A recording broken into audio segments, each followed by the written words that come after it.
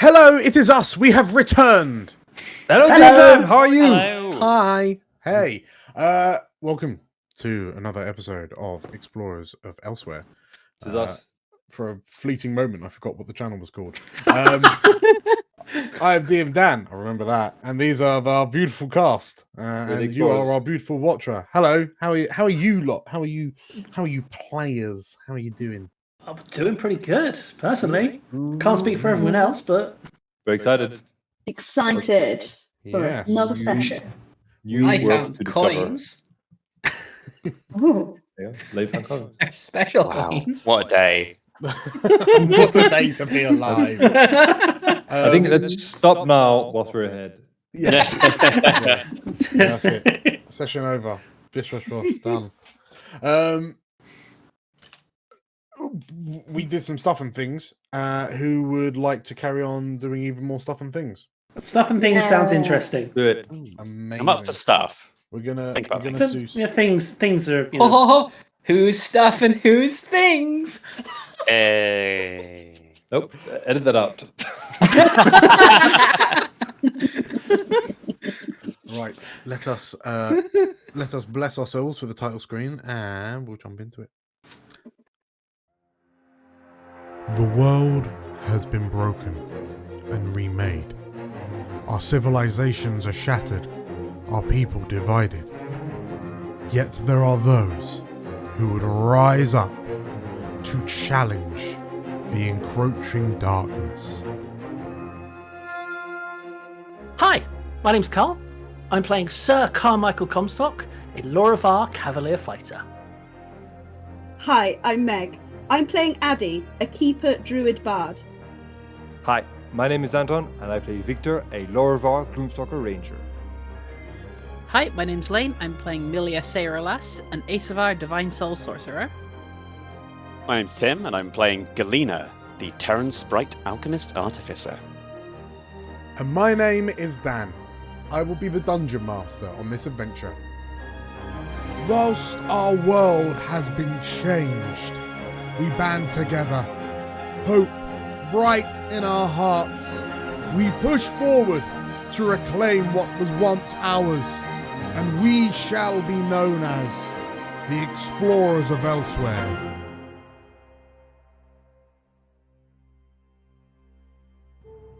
In a world which has gone through such a cataclysmic metamorphosis, many have found themselves dropped into new circumstances, locations, and cultures they perhaps never seen before.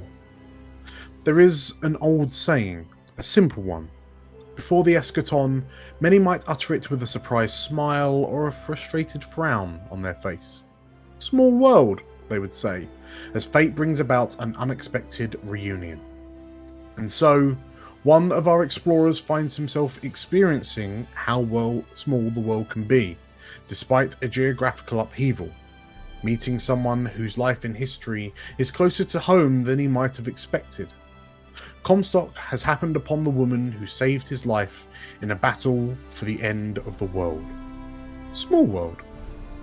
However, the groundwork for a second unexpected reunion has reared itself. The dragon scent Atrak and the Majani Haladradis. Small world. They didn't like each other. We recall.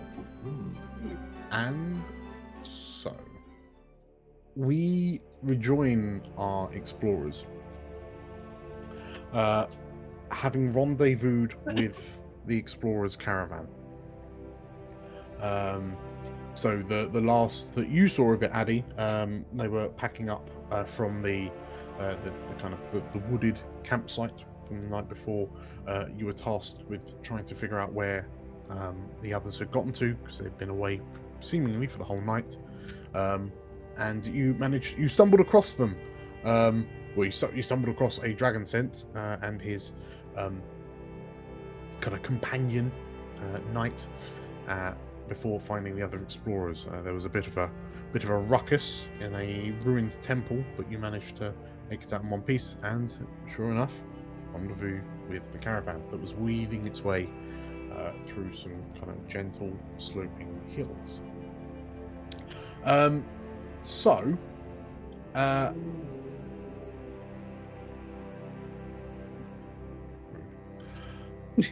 everyone has kind of readopted their kind of spaces on the caravans. Comstock is on the second caravan along just behind that of Davin and Haladradis's kind of blue-topped cart.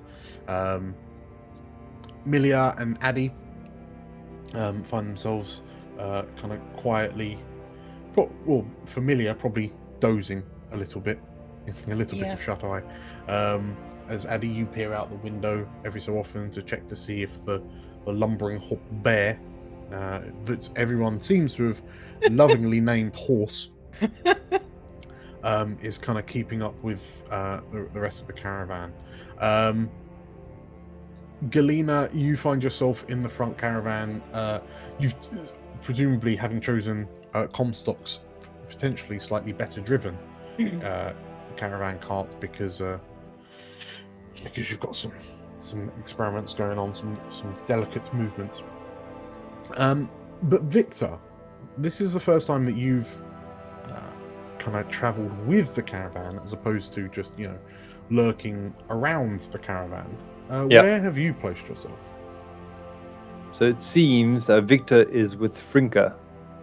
Okay. And I can only imagine they're having a knot tying competition. Do you know this knot? You do? Of course I do. What about this one? I learned that when I was a pup. I bet. Okay. I bet you don't even know some of the newer ones, like this one. I do. Look at this. Managed to hold down Weirdest flirting ever. 3 mountain goats with this knot. So they're basically just comparing all their outdoorsman skills because it's Ranger v Ranger, and that just goes on for hours. Sure. Addie and Milia, you're kind of getting a little bit of quiet time, but how's Milia feeling? I mean, assumedly, I'm still beaten up, bleeding a bit, A little bit. exhausted. Panicking a little bit. Still, the entire stress of the situation, seeing how one of the straps came undone, seemingly when something happened. Still sort of coming down from the shock of that, honestly. Sure. And trying to hide it. So, yeah, sure enough, one of the 3 kind of binding belts that wrap around the tome that's been with you all this time hangs loose, held in place only by the other 2 belts, which are still keeping the tome sealed. I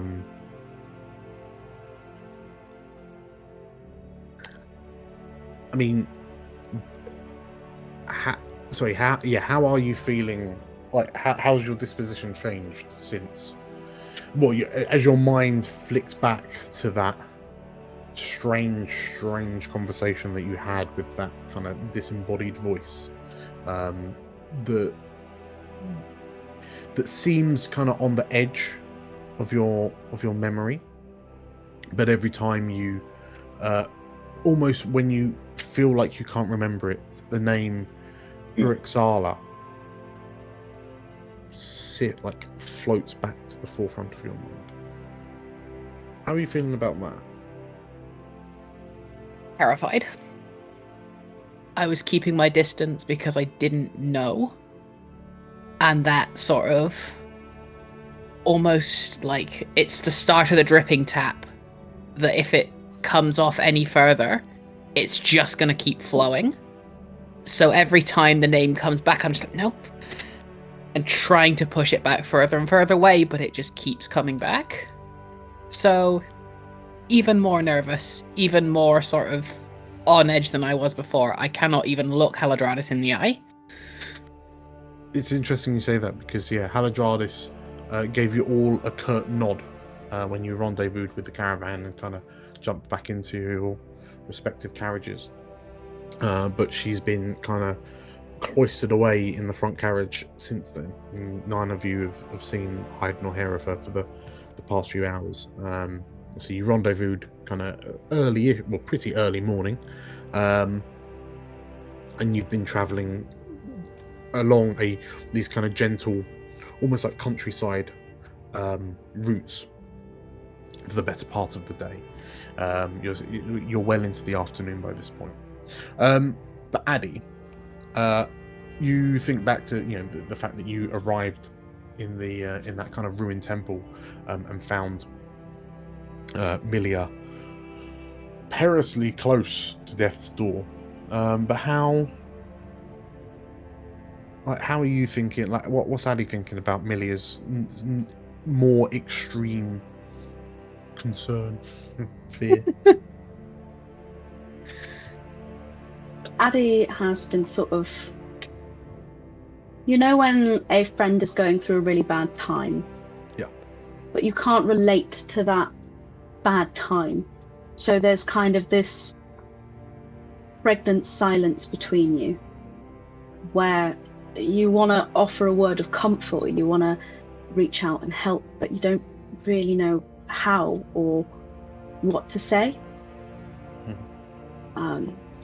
So she's just been stealing furtive glances towards Milia, maybe even going to sort of say something and then sort of pulling back and frowning. So she finally plucks up the courage and Milia,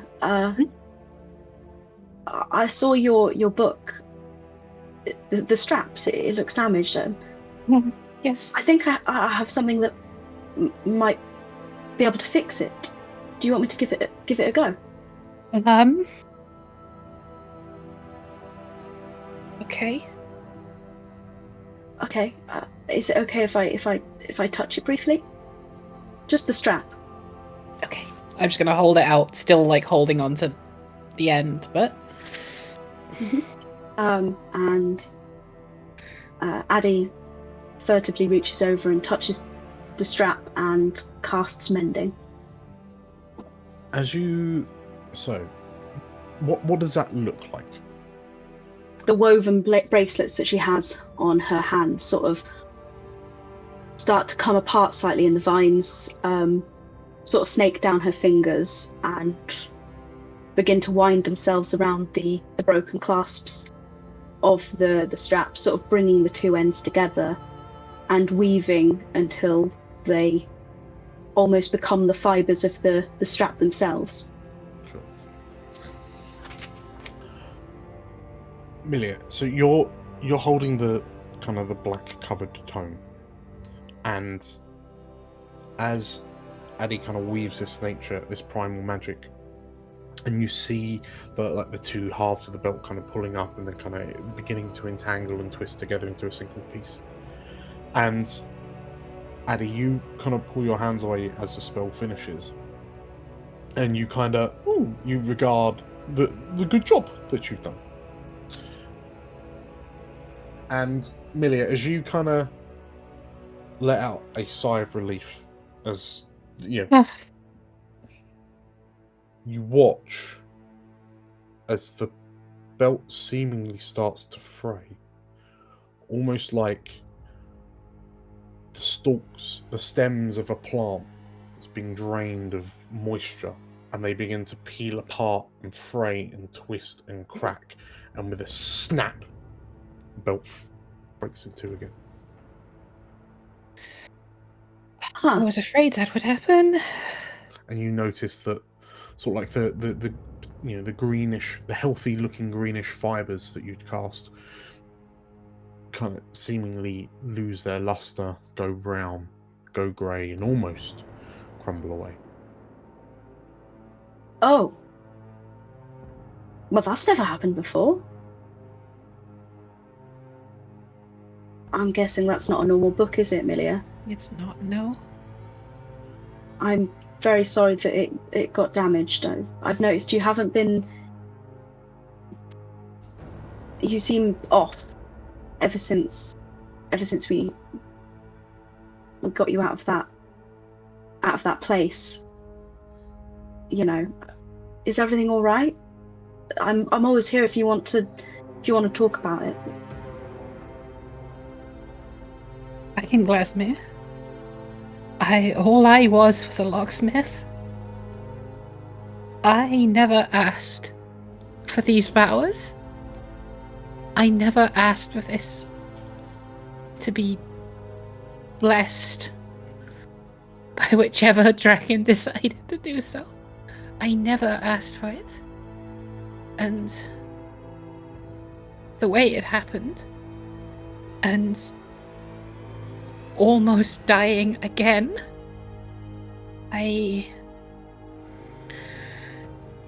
if anything happens to me, don't destroy the book. Okay? I have no love for it.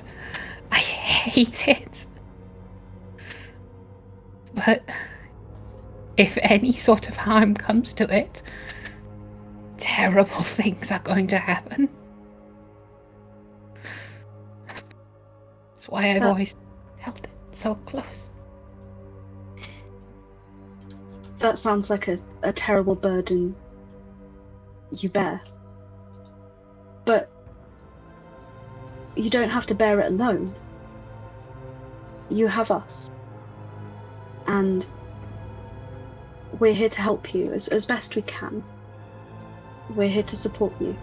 And I promise that I will never let anything happen to that book if I can help it. And I hope that I never let anything happen to you either. None of us want anything to happen to you, Milia. Thank you. I don't know what the circumstances that brought you to us have not been favourable, but I'm glad you're here.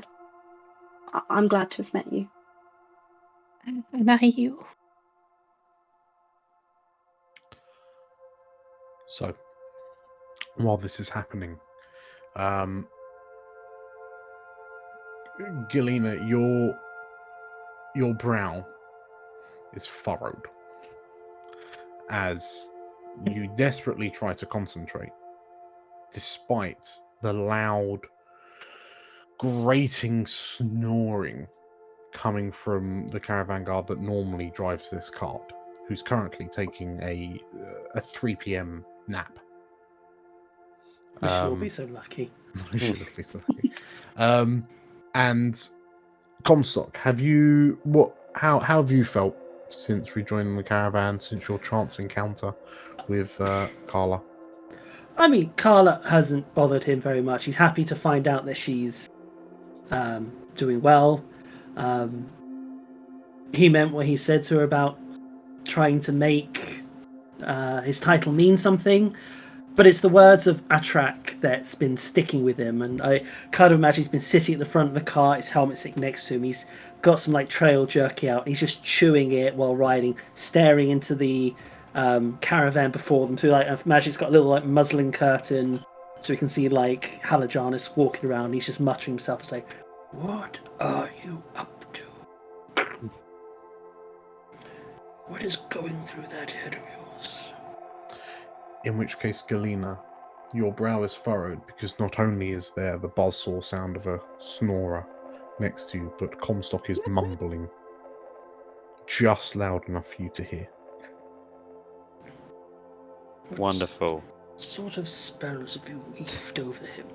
I mean, throughout the last few hours that we've been on the road, there have been a few times. So I've been just dripping from a pipette various different liquids onto the little tiny shards of the mana crystal and kind of furiously making notes. But there have been several times when the vial has slipped out of my hand onto the floor, or I'm spilling things, and Galena just keeps ranting about can't you just make sure you're driving this thing properly, Comstock? I'm driving it perfectly fine.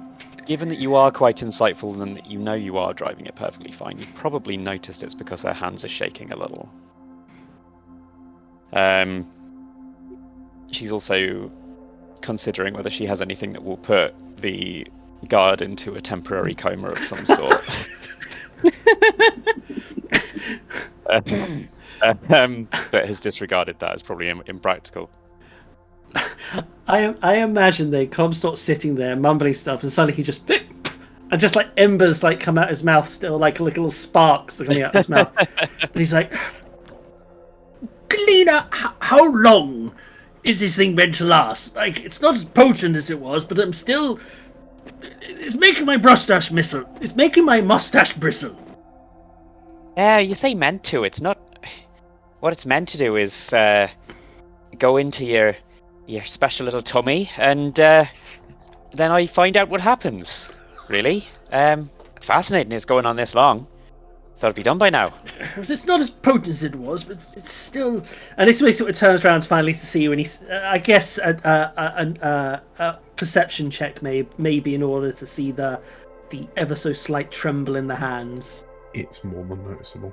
It's more than noticeable. Yeah, I think probably you've already noticed it before this point. I think when you're actively looking at me, I'm making more of an effort to seem very stoic. She stops the hand shaking, and the body just goes. Just gently vibrates. Tapping of the foot, like. But, yeah, I think it should just be like. He shifts over. He's like, "Join me at the front. Come on." All right. Your experiments can Probably wait with for a break. a moment. Yeah, the air back here is getting a little bit. Woo! Yeah, probably get some fresh air. Yes. So, might steady your nerves a little. Yeah, it's very used to this by now. So, what was it like seeing someone from before?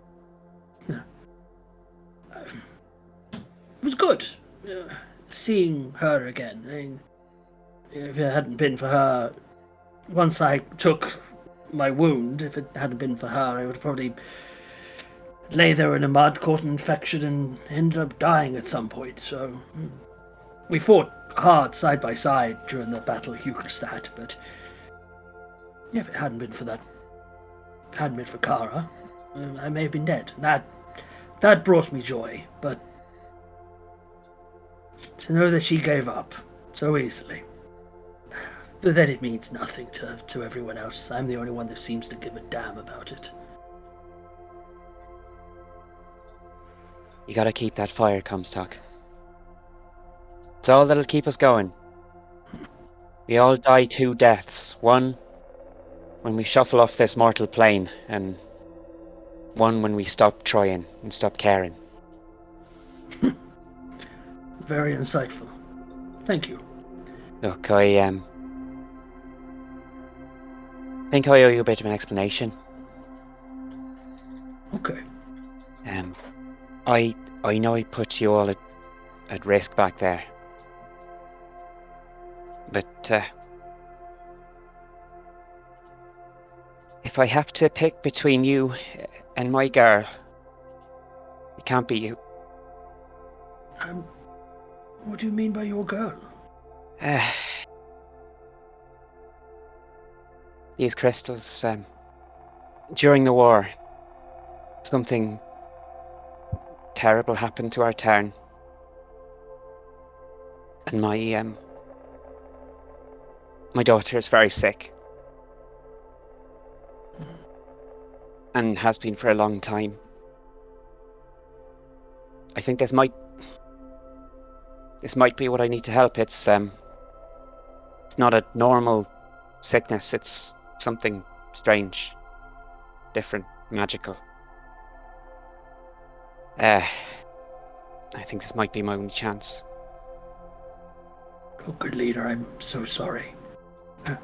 I wish you had told me sooner. Well, don't want to bring down the party. No, but had I have known, I'd have grabbed as many crystals as you needed. You're a good man, Comstock. make something of you yet. I hope so. And if you ever need us to do anything ridiculously stupid again for your girl, don't ask. Just know that I'll help you any way I can. Oh, you know me, Comstock. I need people to do ridiculously stupid things on a daily basis. Think we'll manage. Can I share a secret with you? It's not anything as near personal as what you told me, but it's something that I feel you and I agree on. I'll briefly look back to make sure that the guard is still obnoxiously asleep. He is. Cool. Yeah, of course. So our dragon-sent friend knew more about Halatranus than he let on. Yeah, thought there was something a little bit odd with him. He very much knows who she is. And he looks towards the front caravan and back, and he says she is very, very dangerous. Wouldn't really have thought she's got the magical chops to be that dangerous. I mean, she shows off, but like, I got her magicked into a corner. That's what I fear. Maybe she's not showing us who she really is. It's very simple for me to lure someone in a fight, make myself look more frail than I am, quiver a little with my shield. It leads someone to a full sense of confidence, and then, bip, shield to the face. Who am I trying to fool? No.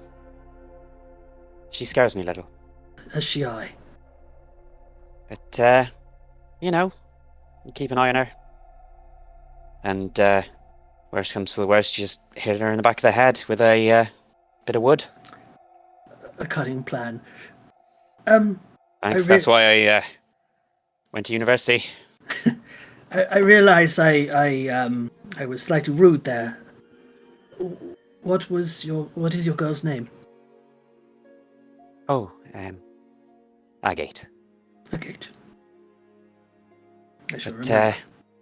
I'll probably mention her to the others when I get a chance, but, yeah, I don't like to talk about it too much. It's, Understandable. hard. I understand. And I appreciate you telling me. I do. Anyway, back to doing some wacky, crazy science. I'll try to keep the caravan steady. You'll be fine. But if that guard snores one more time, he's bouncing down the road, I tell you.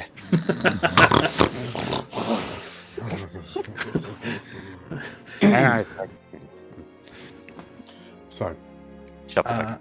as you all kind of take this opportunity to relax and get a bit of a breather, if you haven't already, you will gain the benefits of a long rest. Ooh. Hey. And the caravan continues on for a little while, and during one of the breaks, sort of like the caravan comes to a stop, and you find yourselves sort of like able to kind of jump off the carriages, stretch your legs a little bit. And Comstock, you notice the sort of like the back doors of the front carriage swing open, and the orange-robed Majani wizard steps out somewhat delicately. She grabs kind of almost turquoise-ish metal staff, and she kind of gives you a slight nod as she sees you watch her step out, and you see her head down the caravan. Addie, Milia, Victor as well, you see this Majani wizard walk past you, and she seems to walk to the back of the middle of the caravan, to the carriage that contains the two goblin twins, Knock and Bok. And you see her having some sort of kind of somewhat terse conversation with them before she visibly rolls her eyes and just kind of strides off the path a little bit, just away from the caravan, where she just kind of loiters. But in this opportunity to get a little bit of a run around, Addie, Milia, what do you do? Addie's very curious by this. So I am going to go and transform into a fly and be a literal fly on the wall.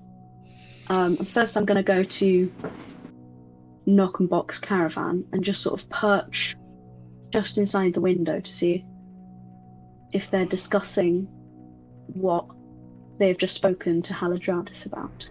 Sure. I can't do a fly, but I can do a spider. Oh, Flying spider. Oh. Yeah. But no, you can definitely turn into a creature small enough to do a little bit of snooping. Yeah. Would I be able to get on there from my caravan?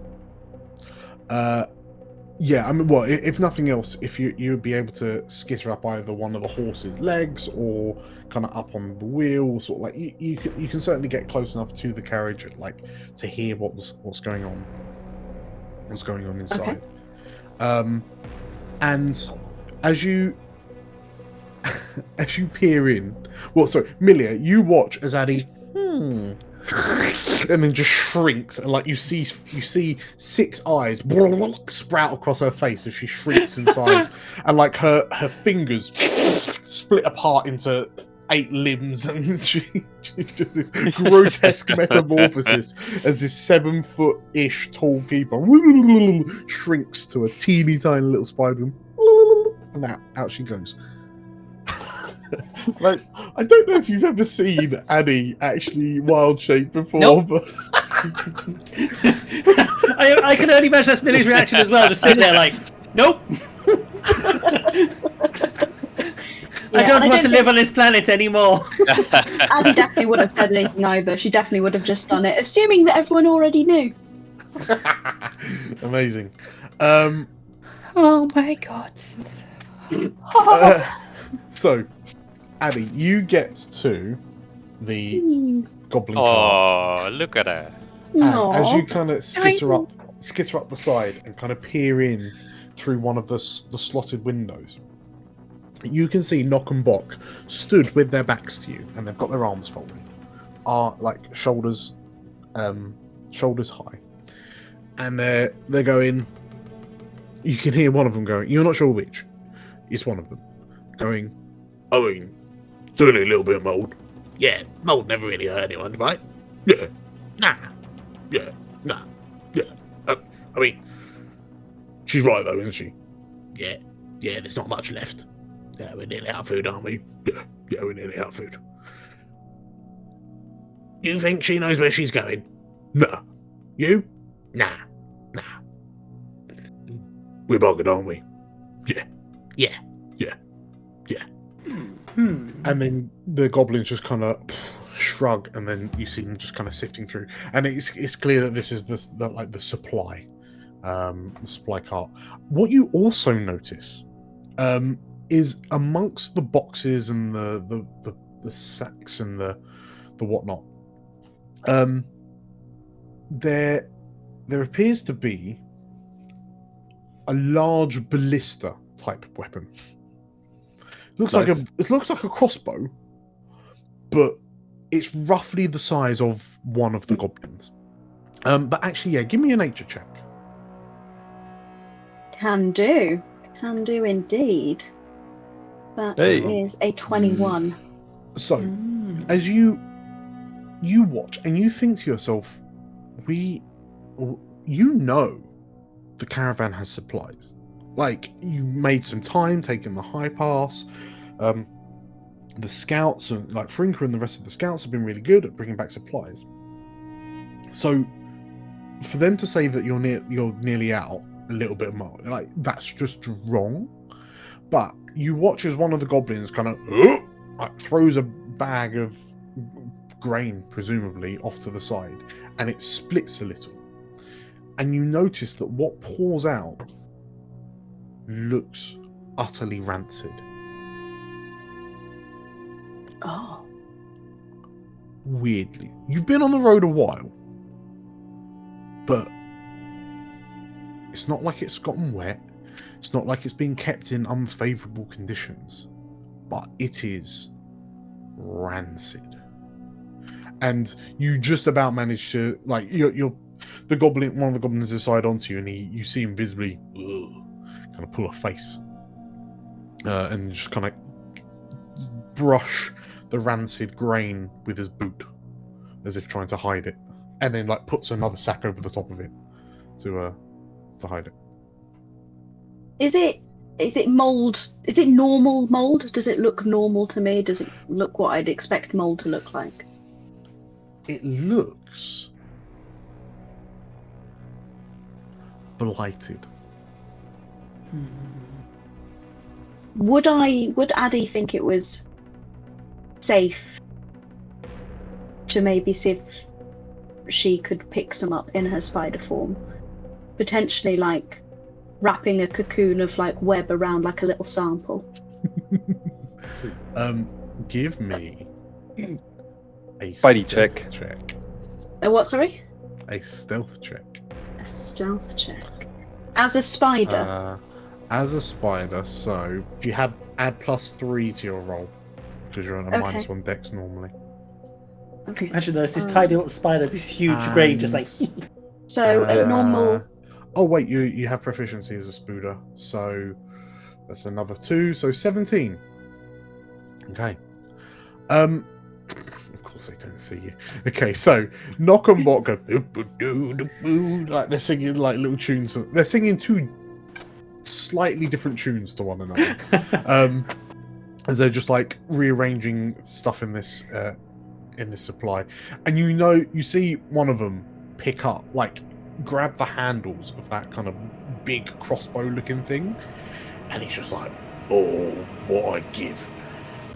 And his brother turns and, Bok, put that down, Bok. But whilst they're distracted, you manage to like down the wall and grab some of the bits of grain, and like they're soft and pulpy under your legs. But yeah, you're able to sort of like wrap it and just kind of carry it out like an ambulance helicopter, just with it trailing behind you on some silk. Yeah, you certainly managed to grab some of the grain. So as you make your escape, Victor. Yes. You've noticed. So the caravan stopped. Frinker's jumped out, and she informs you, super casual. I'm just going to do a little run. I'll probably get a couple of miles in before we start. If you want to join, she says, like giving you a look that says, "I don't think you could keep up with me." Bow chicka wow wow. You know what? I did a run this morning actually, so I'm good for today. But maybe tomorrow. Sure. I'll see how I'm feeling, because I'm planning on doing at least 3 more runs today. She says, and she just sort of like starts running off, keeping an eye on you as she goes. She doesn't need a run. She needs a cold shower. But yes, she kind of makes off. You've noticed that Haladradis has kind of veered off. You can see out the front of your carriage that Comstock and Galena are in the cart in front. What do you do? Probably needs to be. We'll go to Milia, and he'll jump up. Hello. Hello. How are things going here? Just resting. I'm okay. Perfect. Where's your keeper friend? Hello, darkness, my old friend. It's 1,000-yard stare for a few seconds before. She turned into a spider? A spider? And Victor suddenly looks down to make sure he hasn't stepped on one. Oh, that's complicated. Do you know why? No. Perfect.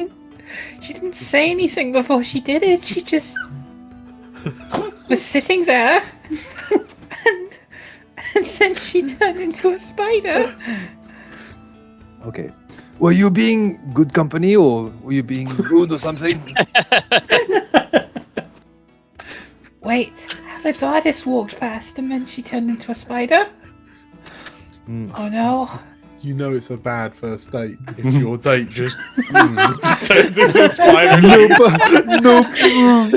It's happened to me way more times than you think. I won't date druids anymore. That's the last time. Druids, I know. That's how they go. But yes, Milia did say it's when Haladranus walked past. I guess Victor will just have a quick look at Haldranus. Is she going to the loo or doing some other stuff? She is. She stood about 50-ish feet away from the caravan. Yeah. And you see that the staff that she's nearly always with is currently sort of like perpendicular to the ground and just floating a few inches off the ground.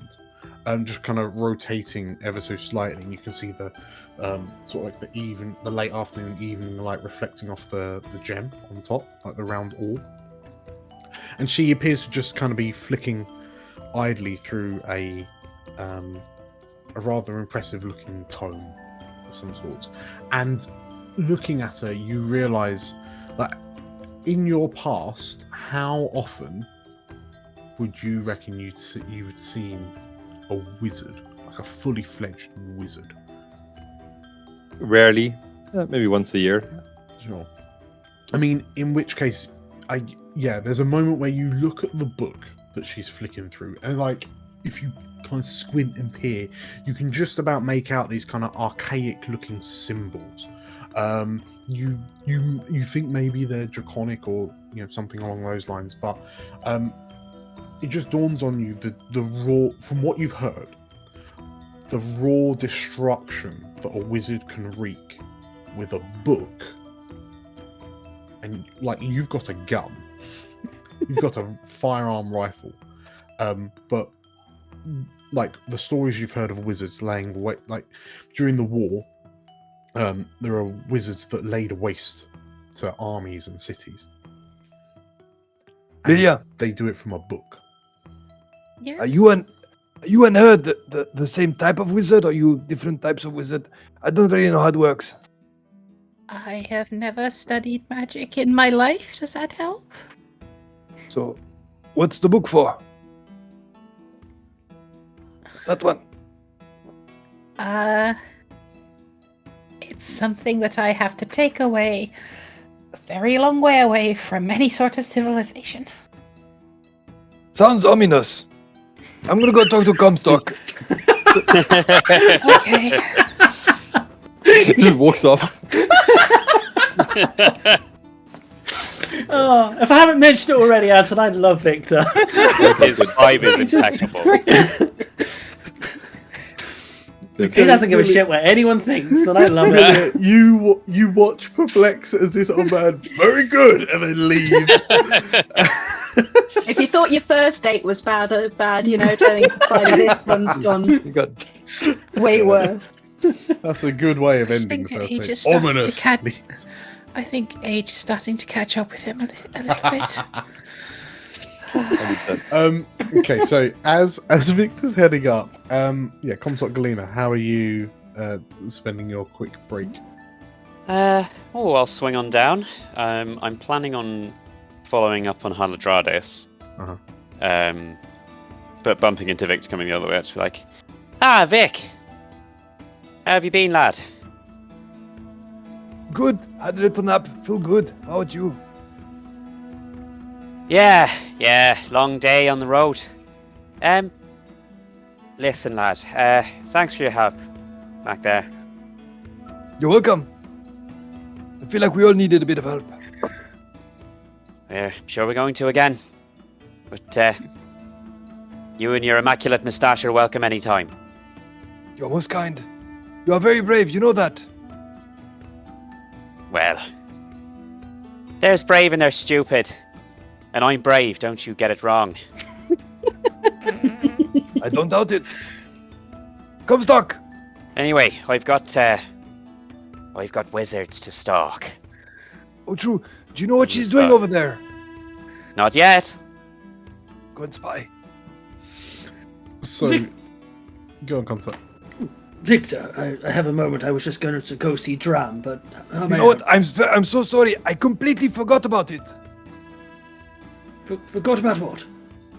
My gun! I forgot to give it back to you. Here, take it. He takes it for a moment, looks at it, it's like... Hold on to it. Keep it away from the rain, and we'll be good. If Listen. the dragon comes, I might ask for it again. Victor. Bluntly, I may not trust you 100%, but everything that happened in the temple, everyone made it out. So, for the time being, I see fit for you to keep your own weapon on you, and I appreciate you following the rules. But, here, I return it. Okay, I appreciate it. You're a good man, Comstock. I like you. I guess he slaps him on the back. Comstock just gives him a cursory pat on the shoulder and is like, keep doing what you're doing, Victor, and I'm sure you and I will see eye to eye. Well, eye to eyes in this case. No problem. As you were.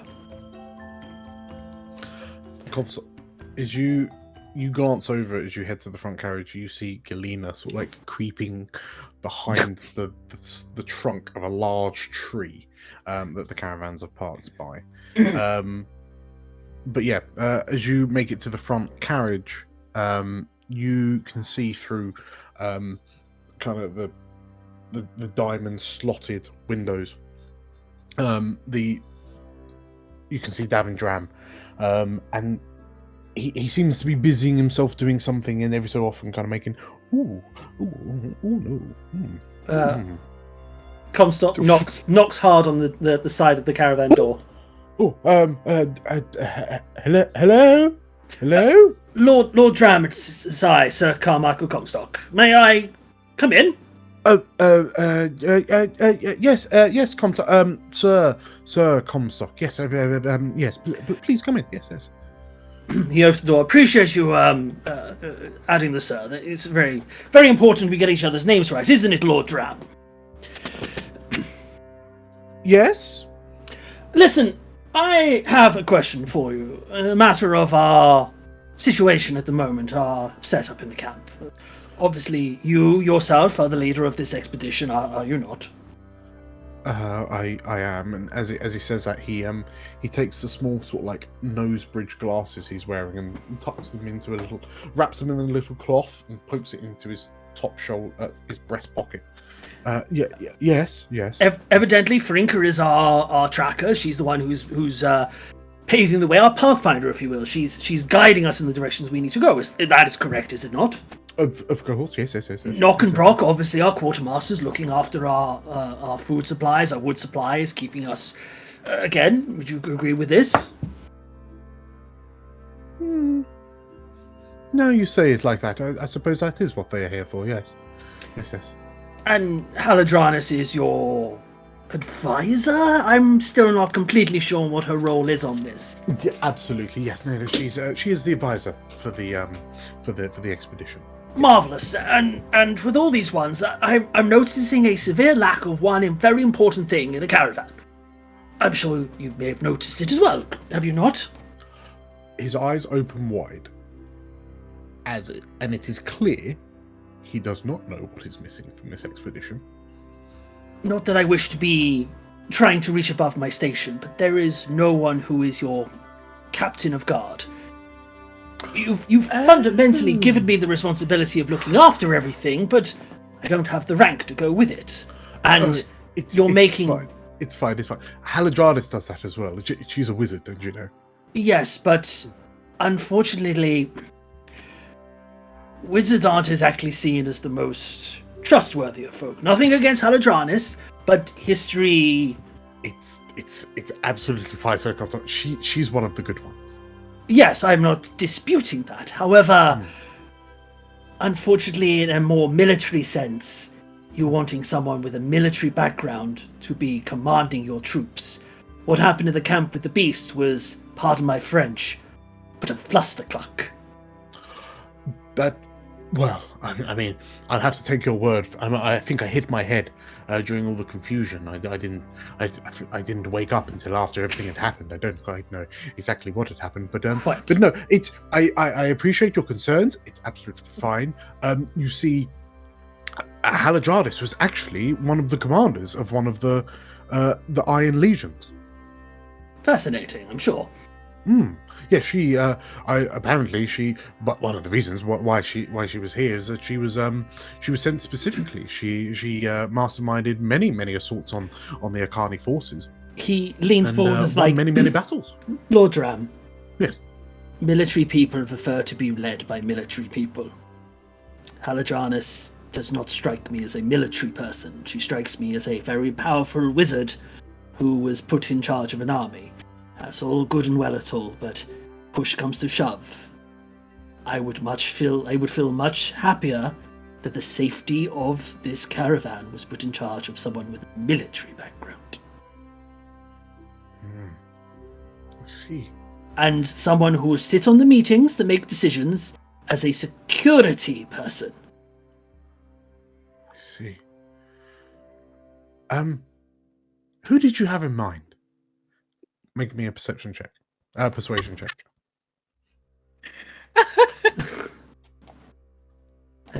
check, that's a 16. Okay. Who did you have in mind?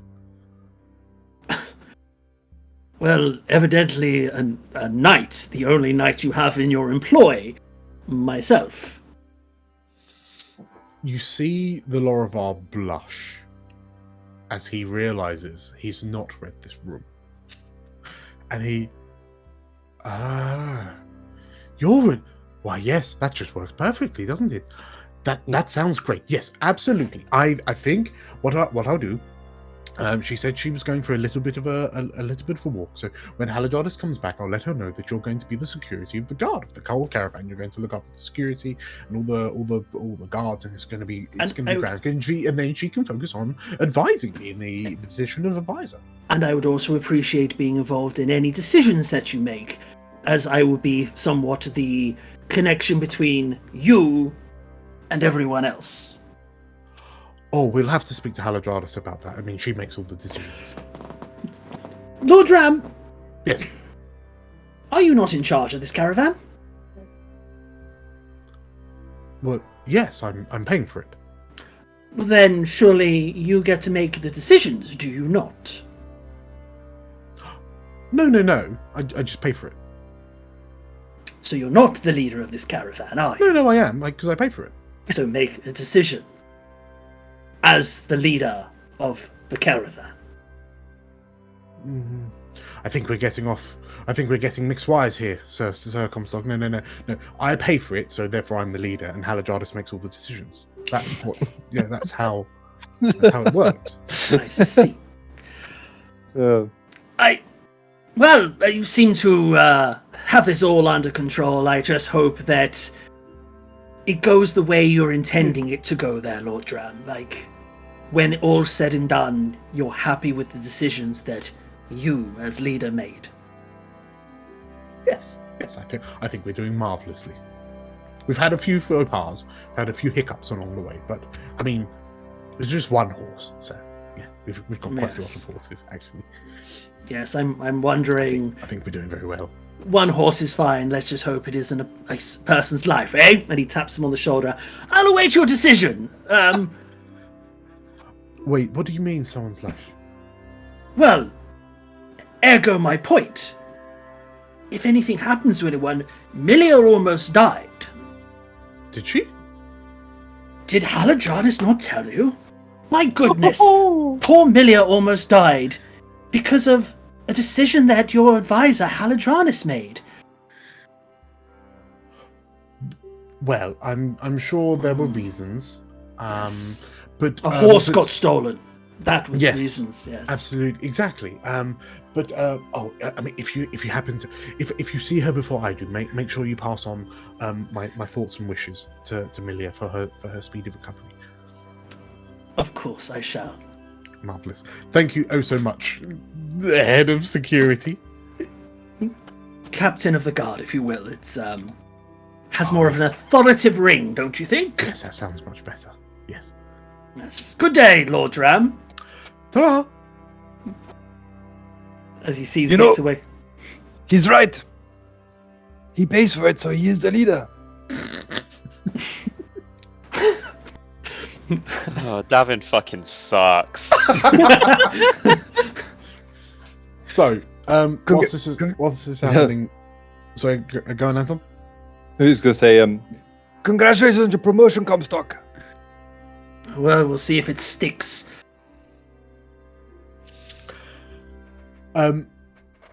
Galena, you are currently sneaking through the undergrowth of this tree.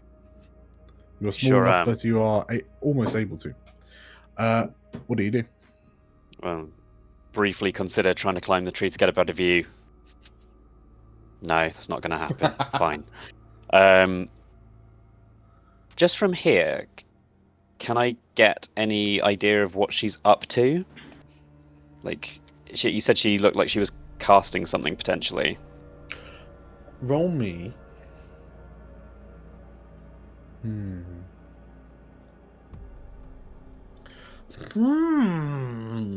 Roll me a perception check.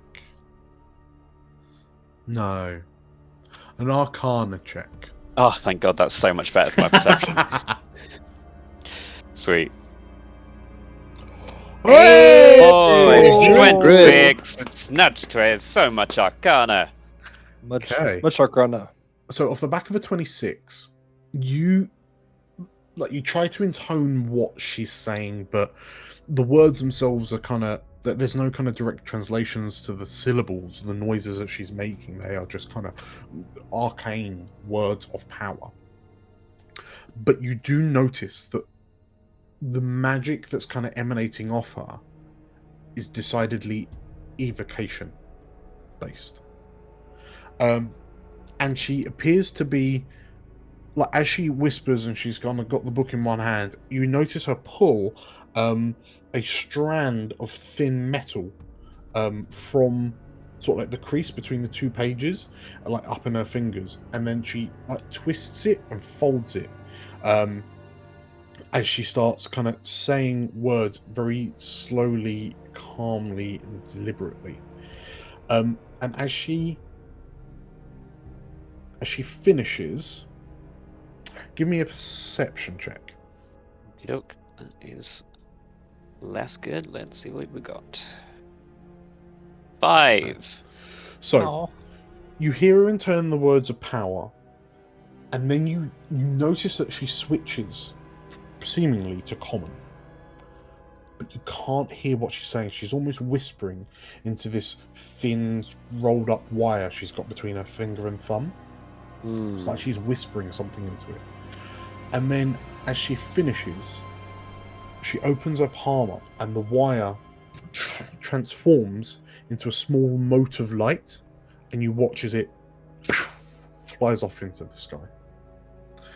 Off the back of your crit arcana, you know that she just cast Ascending, but you don't know what she said. Interesting. Alright, I'm gonna try and in quite a low stakes way creep up on her. Sure.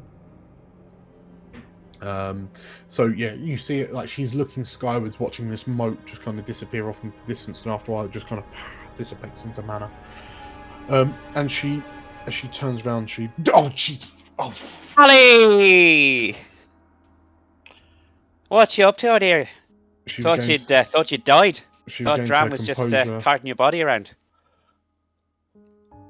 Hello, Galena.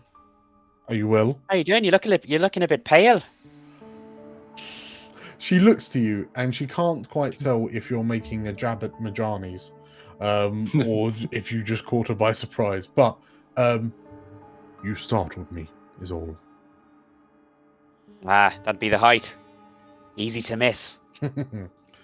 What you up to? Just getting a bit of fresh air. I'll give her a very flat look and be like, come on, Hallie, come on. Sometimes it's good to step away from the lead cart. He has good intentions, but he's an idiot.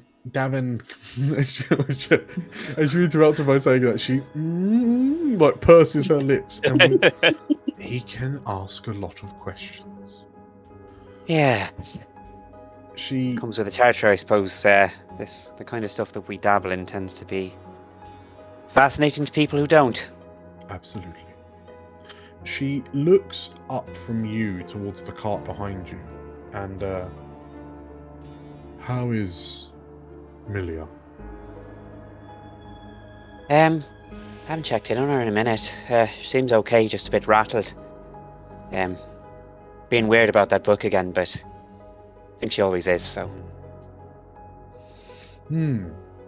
Has she told you what the nature of the book is? You seem to have gotten on quite well with her.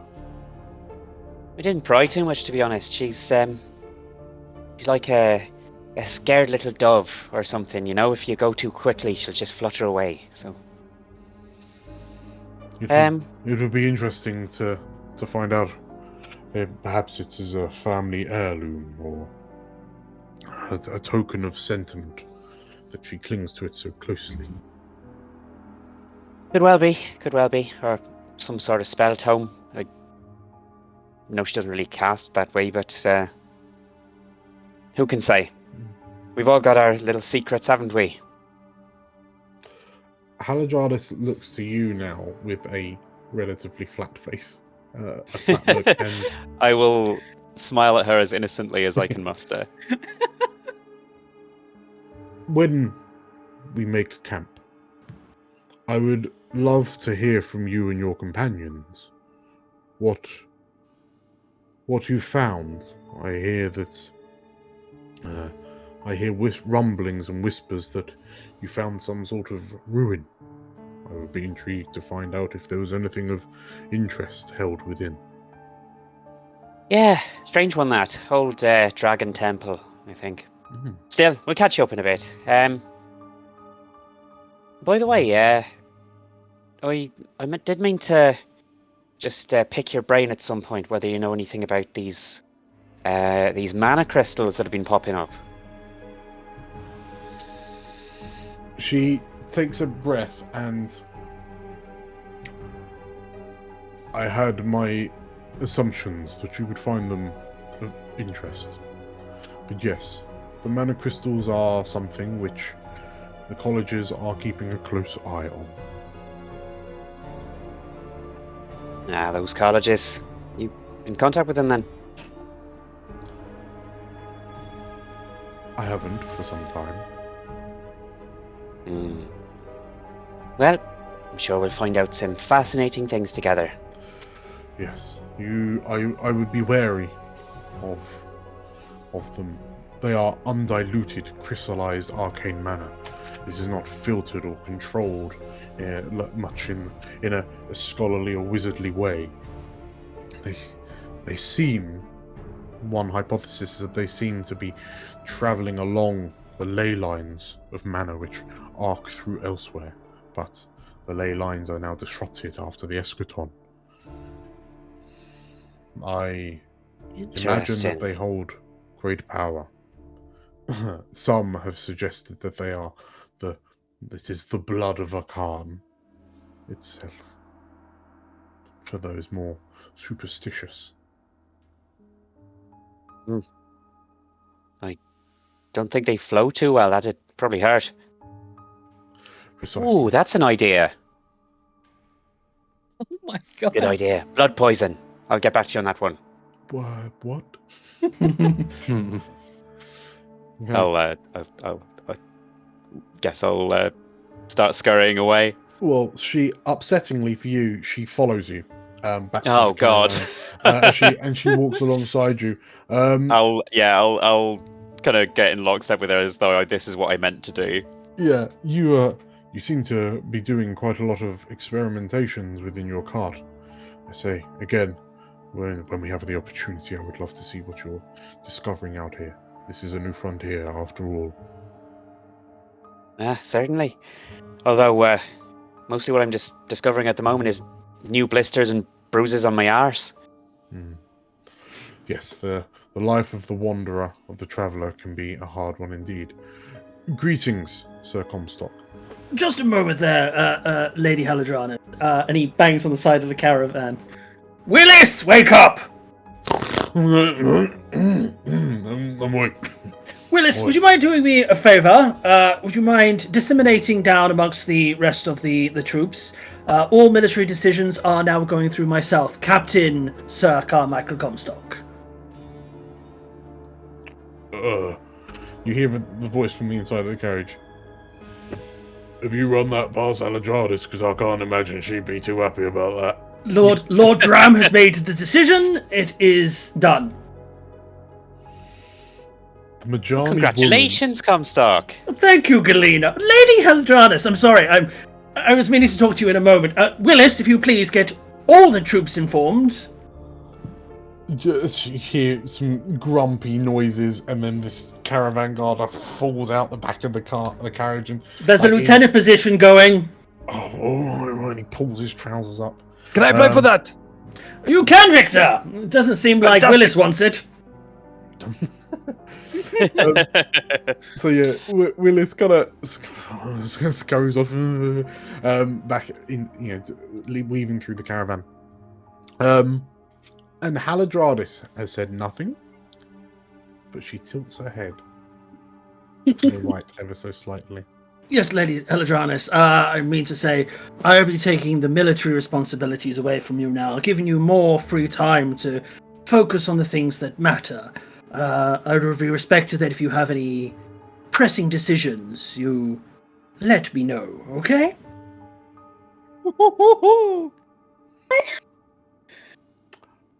And this is the decree of Lord Dram himself. Yes, he's going to speak to you about it shortly. Although I fear that any miscommunication at this point would be quite dangerous. I mean, as you've seen, the troops are now being informed. If suddenly everything changes again, why, that's just anarchy, isn't it? Yes, I could imagine the fallout would lead to a second eschaton. I'm sure it would. Don't let me keep you. Just give me a shout when there's any military decisions that need to be made or anything to do with the security of the caravan. And he takes his helmet out from under his arm, slides it on his head. Good day, Lady Haladranus. Her lips purse again, so slightly. She closes her eyes, and then when she opens them, she's kind of got the facade back up. Good day, Captain Comstock. Sir still works. She does not respond, and she walks past you. And Comstock's smile then just sort of fades into more of a sort of... At that point, as she's about to get into the front carriage, she turns, and it looks like she's about to shout at the caravan, and then she stops herself, looks to you, Comstock, and if you could let everyone know that the caravan's about to move on now. It would be my pleasure, my lady. And she steps back into the coach. You hear, oh, hello, Haladradis. There's something I need to tell you. As the door's closed. And as you, Galena, Comstock, Victor, as you watch the gates close, Addie, you're spidering away. Are you heading back to the cart with Milia and de-spidering? Actually, Addie's going to make a beeline for Galena. Can she see her? Given the amount of time it's taken, it makes sense. And like your little legs, like yeah. So you skitter Oh, along. hello, little thing. Galena, yeah, you notice a somewhat friendly spider just kind of sat on the grass next to you, looking up.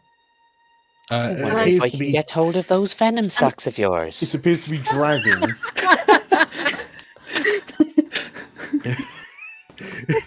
It appears to be dragging what looks like a bit of grain wrapped in a silky cocoon. Hmm. If I'm like a little bit away from Galena, I'm gonna sort of raise one leg and sort of do a gesturing motion and sort of I'm run like off halfway. I'm halfway through, like getting a cup to put over you, and then I'm like, okay. And then I'm gonna skitter off a little bit, just out of like the main sort of, where anyone can hear us in the caravan, and look back. And if Galena's not following, I'm just gonna raise a little spider arm and go again and sort of skitter off a bit more. I think you should do the YMCA dance.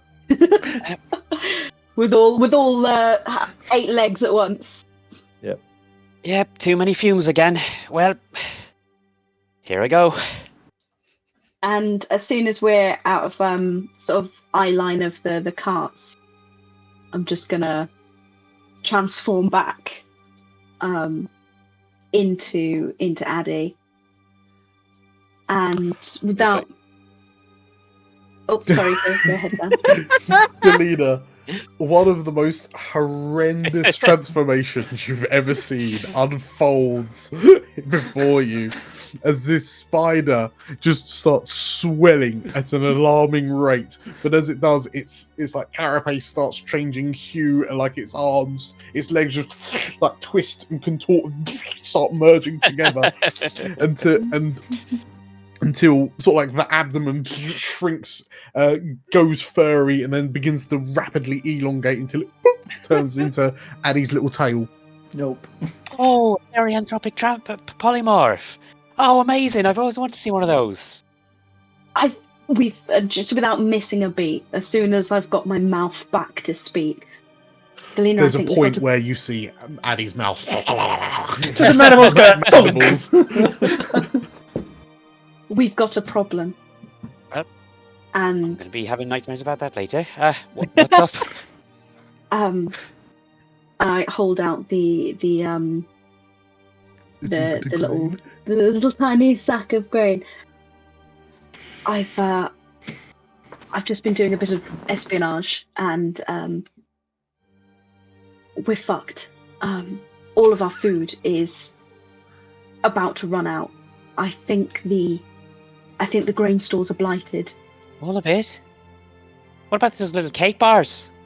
All of it. Ah, fuck! Yeah, I don't think it's been this knowledge has been released to anyone else. Only Knock and Bock know. But They've been left in the rain or something. It's not been raining. I don't know. I managed to swipe this. I know it's not much, but the mold that's growing on it doesn't look right. It looks blighted, and I know you're good with stuff. I thought maybe you could have a look at it and see if there's anything we can do to stop the spread, or to reverse it, or I don't know. Be careful. I've wrapped it as best as I can, but there's only so much a tiny spider can do. Yeah, my ecology's not been forte, but I can certainly take a look. Sure. To the Galena lab. Okay.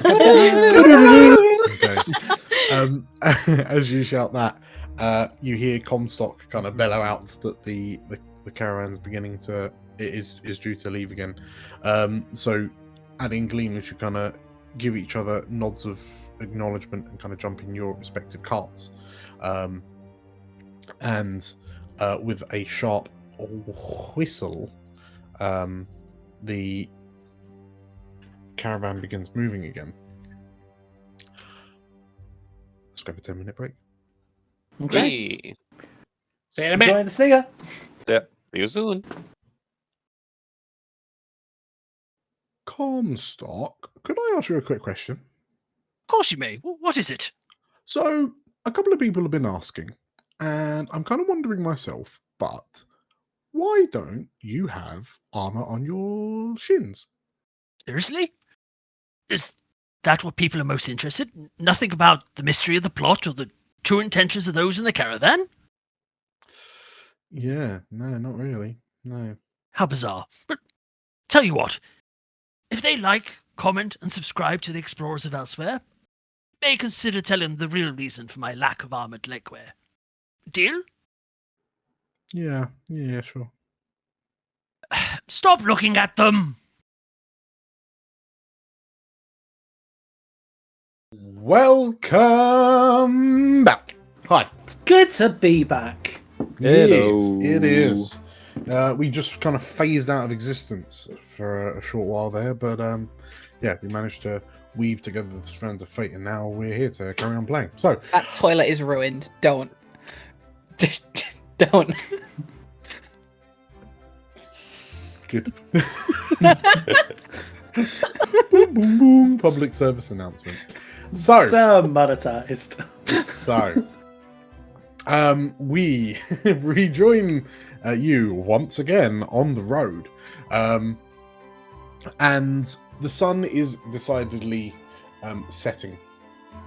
The skies overhead, like the clouds in the skies overhead, highlight the beautiful kind of pink and orange hues of the sun, and who is probably Addie, who's most likely to be looking up and admiring, isn't it? Admiring the nature of it all. As you kind of look up at the clouds and try to picture, like you're I guess playing a game of like, what animal does that look most like? They all look like owl bears. Yeah. You notice a sound that maybe you've never heard it before. Maybe you have. But it's a loud cawing bird noise. And it's curious because the vast majority of the birds that you've seen kind of since have been kind of woodland creatures, but these birds look distinctly kind of bigger. They look a bit more rambunctious. They're white in colour, yellow bills, yellow beaks, grey tips on their wings, and like flipper feet. And you think, how curious that they have flipper feet. And as you say that, as you think that to yourself, Comstock, you kind of lean out because you can hear a commotion, and Frinker comes running back towards the caravan, having returning with post haste from a scouting mission. And as the caravan's kind of slow and stop Frinker just jumps straight into the lead caravan ahead of you, and you can hear a like saying something. Give me a perception check, Comstock. Perception? It was an 8. Okay. There's a you can't quite make out what she's saying, but she doesn't emerge from the front caravan. And the caravan, so obviously you're pretty much just following the cart in front of you, and it kind of, there's a bit of an uphill slope, and you can't really see what's happening either way. You can see some sort of like large kind of natural rock structures rising to the right of you, and a couple up. There's one up ahead, and the blue cart suddenly stops. And as you kind of veer your cart to the side and stop it, you look behind you to see that you can hear the guards like whoa, whoa, whoa, and sort of like moving their carts, and the caravan just kind of splooges out at the sides as the carts kind of try to fit around each other and stop all of a sudden. And as you all kind of jump out of your various carriages, You hear a very peculiar sound.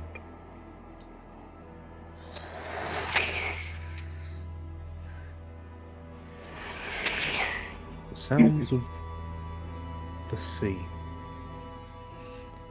And whose characters have lived anywhere coastal?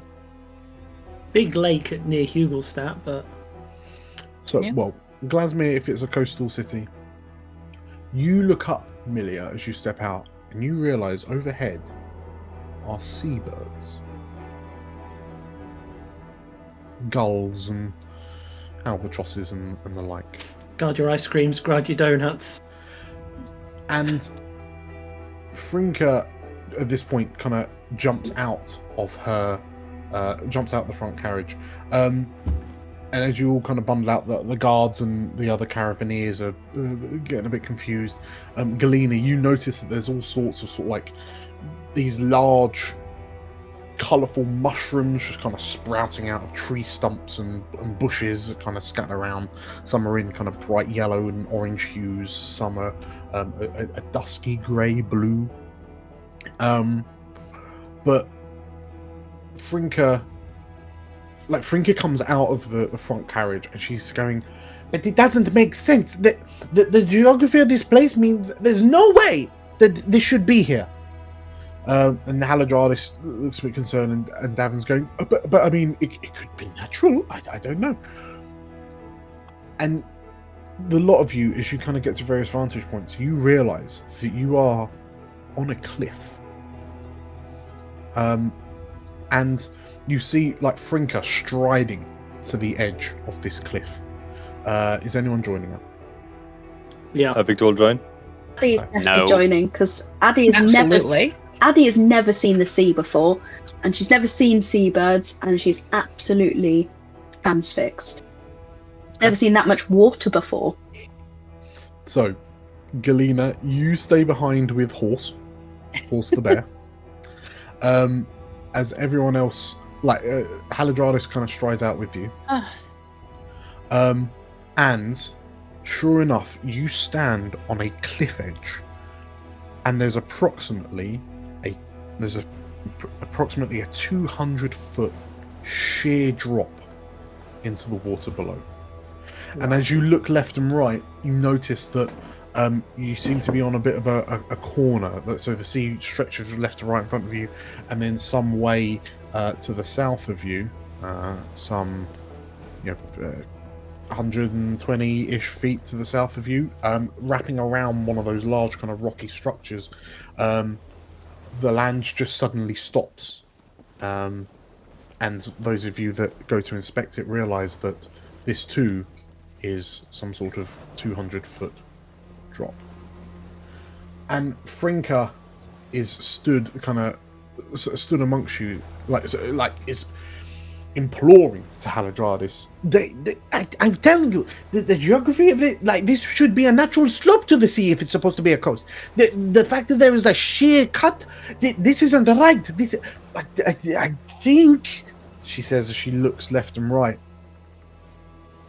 I think there used to be a landmass here, and it's gone. Impressive.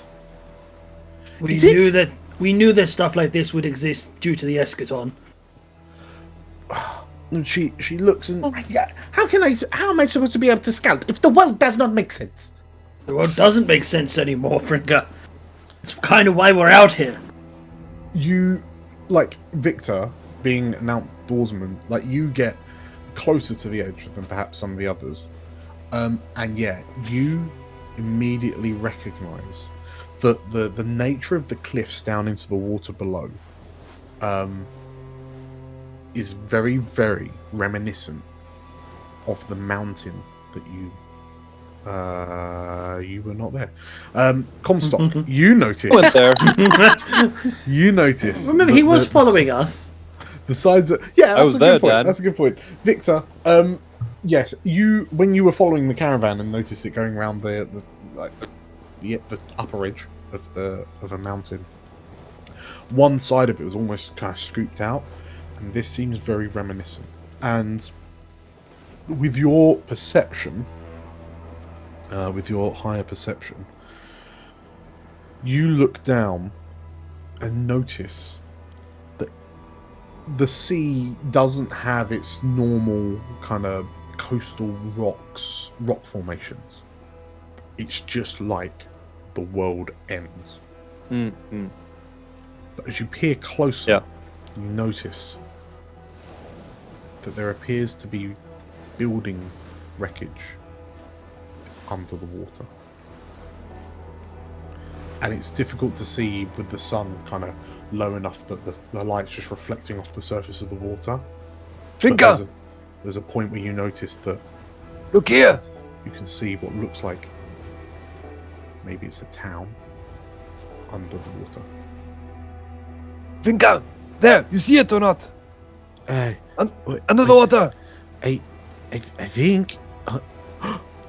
It's a building, right? Did sea people live here? Maybe. Quite possible. Or an artifact of the Escoton. I'm not sure. It was probably flooded. It's probably like back in Glasmere. The sky became the sea, and the sea became the sky. Something the same probably happened here. Haladradis' face is stony in its expression, and she looks to you, Milia, and this wasn't a flood. We're 200 feet above sea level, look. Definitively 200 feet above sea level. The land is gone. Whoever lived here has gone with it. I just hope whoever was in those buildings got out in time. Haladradis takes a deep breath and I'm sure they did. She kind of gives you a half-hearted kind of nod. Now the buildings have been pointed out. Do they look familiar? The sloshing of the waves and the low reflective light, not particularly, but it looks like the ones that you can see have been submerged and ruined for, well, you would educatedly guess, have been submerged for a year. Okay. Can I try something? That depends. Can I call to one of the gulls, the birds milling around? Yeah? Oh no. You can just see what went through Dan's head, and I just know where this is going. You can see the GM. Oh, I didn't plan this. Oh no. You see, you didn't plan it, but you know exactly what is going to happen. You do speak with animals? Yeah. I mean, does this come under my one with nature? Can communicate simple ideas with smaller beasts? Oh, I see. If not, I can cast small beasts. So that would let you be like, here, take some food, and those kind of simple ideas. Okay. If you wanted to talk, like actually communicate, then it'd be a speak with animals. All right, let's do a speak with animals then. Let's do it. Let's do it. Okay. Just turning down my headphones. Oh no! I know what you mean. No. Yeah. Okay. It's gonna be a seagull. I mean, Okay. out of myself as a Brightonian with just a fear of seagulls. So you've noticed that there are a number of these plump white birds kind of circling overhead, and there's a proper noise every so often. Prepare for Dog the Seagull to join the party. But Nope. like one of them, you notice that there's this one that's just kind of sat on a rock nearby, and as you finish casting your spell and you're looking around, you just see the seagull, this bird, go and look to you. What? Sorry? Say that again. My seagull is food. Nom. I've got food. I do indeed, and I'm going to hold up a good berry in my sort of finger and thumb. While this is happening, the rest of you are all watching Addie go.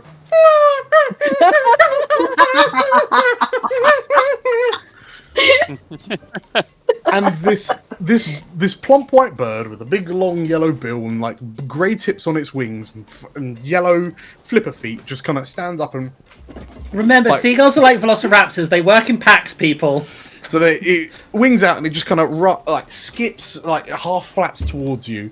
And Addie, this bird flies at you and just like gets one of your fingers in its beak and it just eats this good berry. I'm gonna keep hold of this good berry and sort of like grab the seagull by like, because I've got quite large hands, so I'm gonna just grab it by it, like pinning its wings down and push it off. I'm like, not yet, not yet. Wait, I have a question. I have questions for you first. Are you listening carefully? It's How like long- it makes noises. It's flapping. Its feet are going. Just... How long have you been here? How many seasons? Right, I'm trying to think of like a bird. I want to basically. I'm trying to communicate the idea of How many like, migrations? yeah. How have you been here longer than a year? Okay. The intelligence 2. Right, here we go. Good luck. No. No. No. Do you want this berry? Do you want it? And I'm going to hold it close to the beak. But you're not having it until you give me an answer. How many migrations? Long time? The gull looks to you and but for the first time. First time. Five time. First time. Fourth. Five time. First time. Would that be like, would I know, is that like months, or because of the knowing like animals and birds, and would I get a sense of how long? When we're not having to translate the seagull, the gull is saying first time. Oh, first time. First time. Just time. a question. Is it only this one seagull can you hear, or can you now hear all the seagulls? Because that's going to be cacophonous. Can hear all of them. It's just the one, thank God. Well, okay, it actually means every gull nearby can hear you Does it? and understand what you're saying. Yeah. So, Comstock, you've noticed, Comstock, Milia, Victor, you've noticed that there's just like a small troop, an ever-growing troop of white, plump birds that are just lining up on rocks nearby. Just... My God, it's an ambush.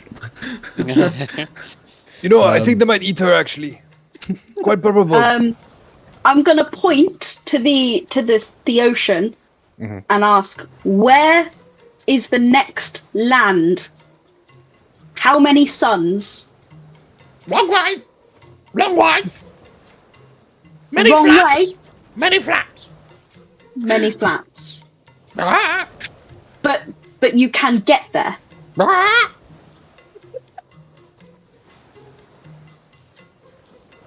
Okay. Is Snapping at the berry. see anyone there? Any like us? Over? No. People. Any people over there? On the other land?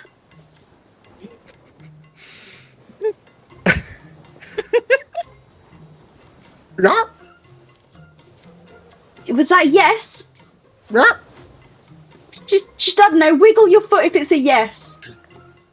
I can't understand this bloody bird. It's a dialect. It's the accent. The bird, like the wings flap. Okay. One more question. And I point either side of the the sort of cliff edge. Where does this cliff end? Where is a what do they call it? I don't know the ocean. Beach. Sand. Where is the nearest beach? Lowland. Not high, low. That way or that way? Oh, Told you you can have many berries. And I sort of reach back in, and this time I pull out like a little handful. Many berries, Comstock, but Victor, Malia, you watch as the other goals. Point the gun. Addie! many berries, Yeah. but answer first. Where is nearest lowland? How do you put the berries back in your pocket? Yeah, you notice some of the birds have taken No, off. these are and are starting seabirds. to They'll go after them. starting You to think they're circle. tasty or not? The bird in your hand, the bird you've got, you're holding around the neck, looks to you and its eyes are almost bulging out of its head as you ask this question about the lowland. And it can't answer the question because it doesn't understand it. To the point, Addie, that you think maybe there isn't a beach. Maybe they dumb. Like, maybe it's all like this. Wherever these birds have been, it's like someone took a knife and carved a chunk of land out and discarded it, leaving a sheer 200-foot drop. Okay. I think And- with that I've got. Oh, And the thought of the implications of that are kind of worrying. okay. I sort of look around me and notice the rest of the sort of flock of seagulls It's just shadows. Circling closing over. in. And I say, "Good job, buddy. Now go get your berries," and I fling them over the side of the cliff. Okay, And then with release an the- explosion of feathers, all of these birds fly off of their perches, and they're just like batting each other, like slapping each other with their feet, and like biting each other as they like chase after these berries. And you all watch as 30-odd seagulls like descend on this handful of like 3 or 4 berries, and you'll watch as bloop, bloop, bloop, bloop, bloop, like the 4 berries hit the surface and sink, and the gulls are like have to abort last minute. And because you can understand them, Addie, like from 200 feet down, you just hear "fuck."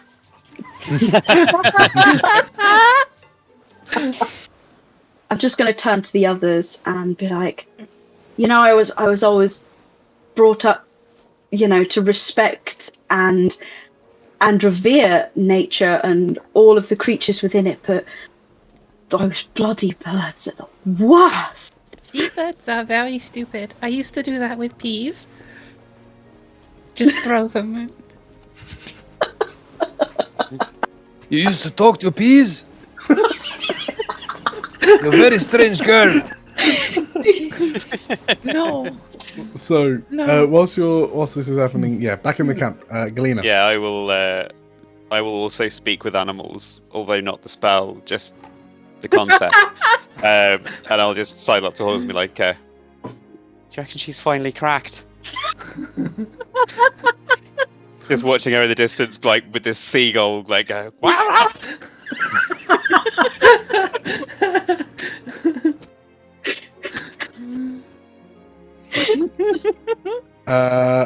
The bear looks to you, like its nostrils flare as and it kind of blows your cloak up a little bit, and then like you hear a loud grumbling from its stomach because it's sat on its haunches, and it just looks at you for a moment. Just kind of licks its lips. Probably be too tough for you, lad.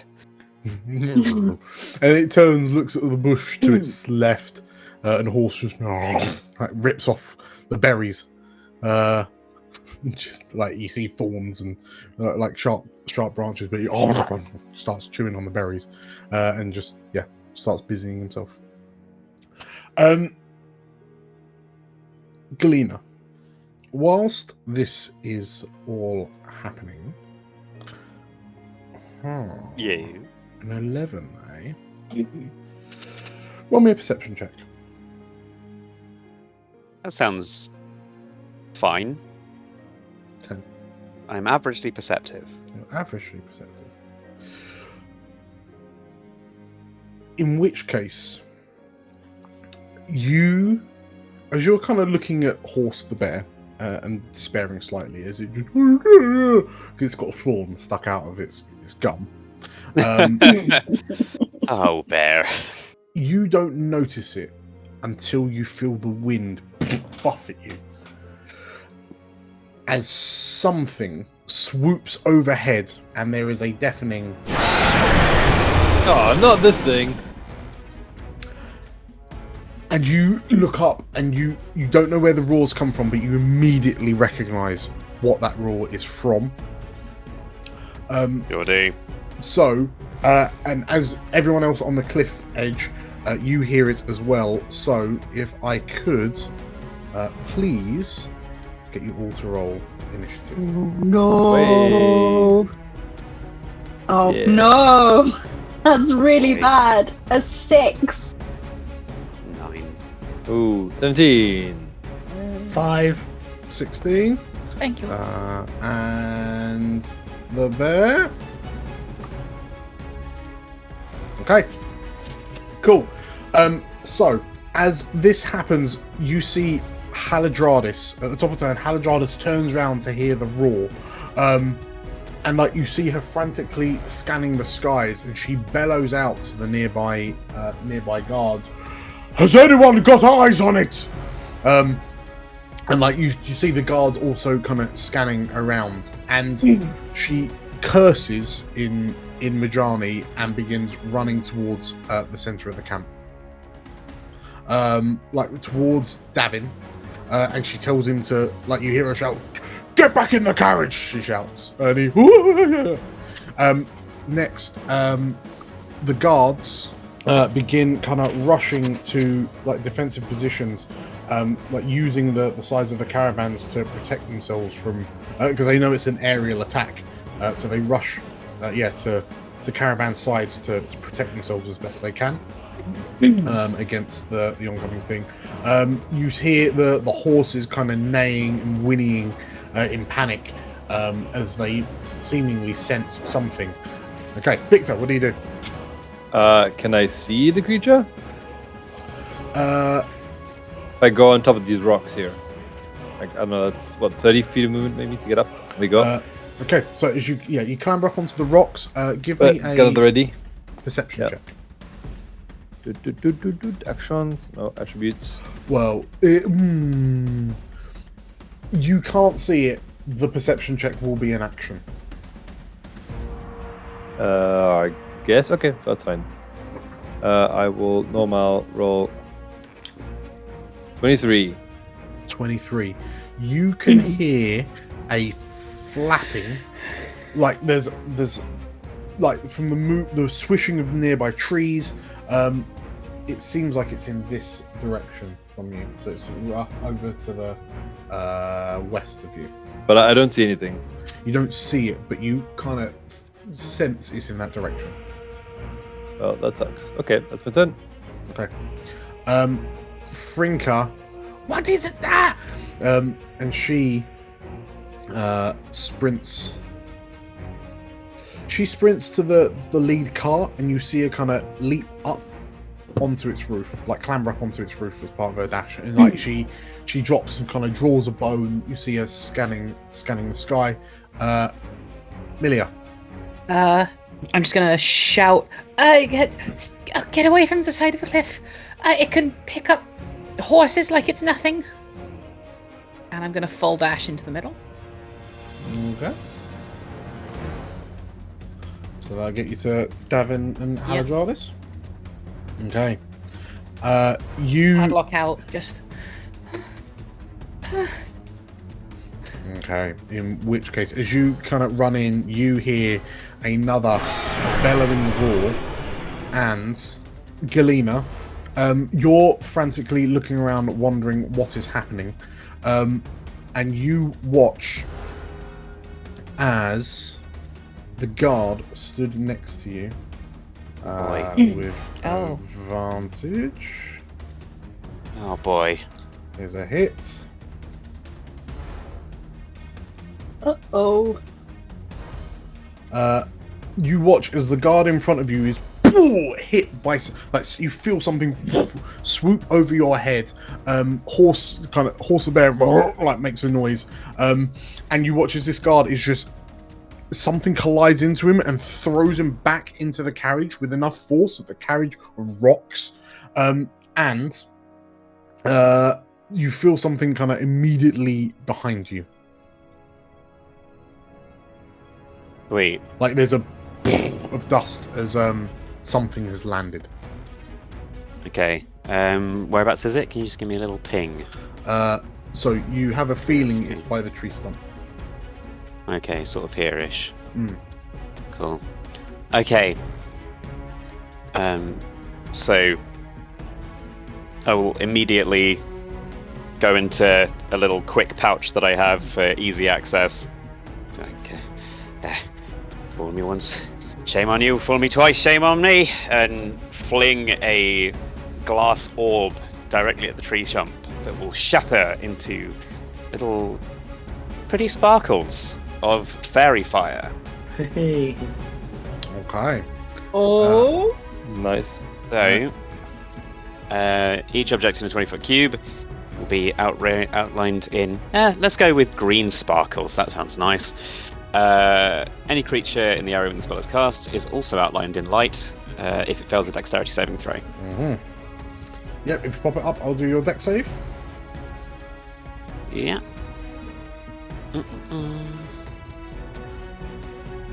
Okay, no need for the measure template because... balls. Passes. Darn it. So, you throw, as you go to throw the orb, like, so what is it held in? Like a little vial, like around... It's a glass sphere, basically. Okay, in which case, you throw the sphere, it arcs, and then it seemingly bounces off something and is knocked away. And it kind of pings off into the background, shatters on some bushes, and the bushes like light up bright green. Well, good luck. Can I scurry under the cart? You can. I shall do so. Okay.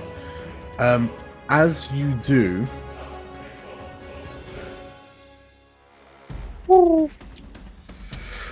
you This is very rude. you feel something rake across your back.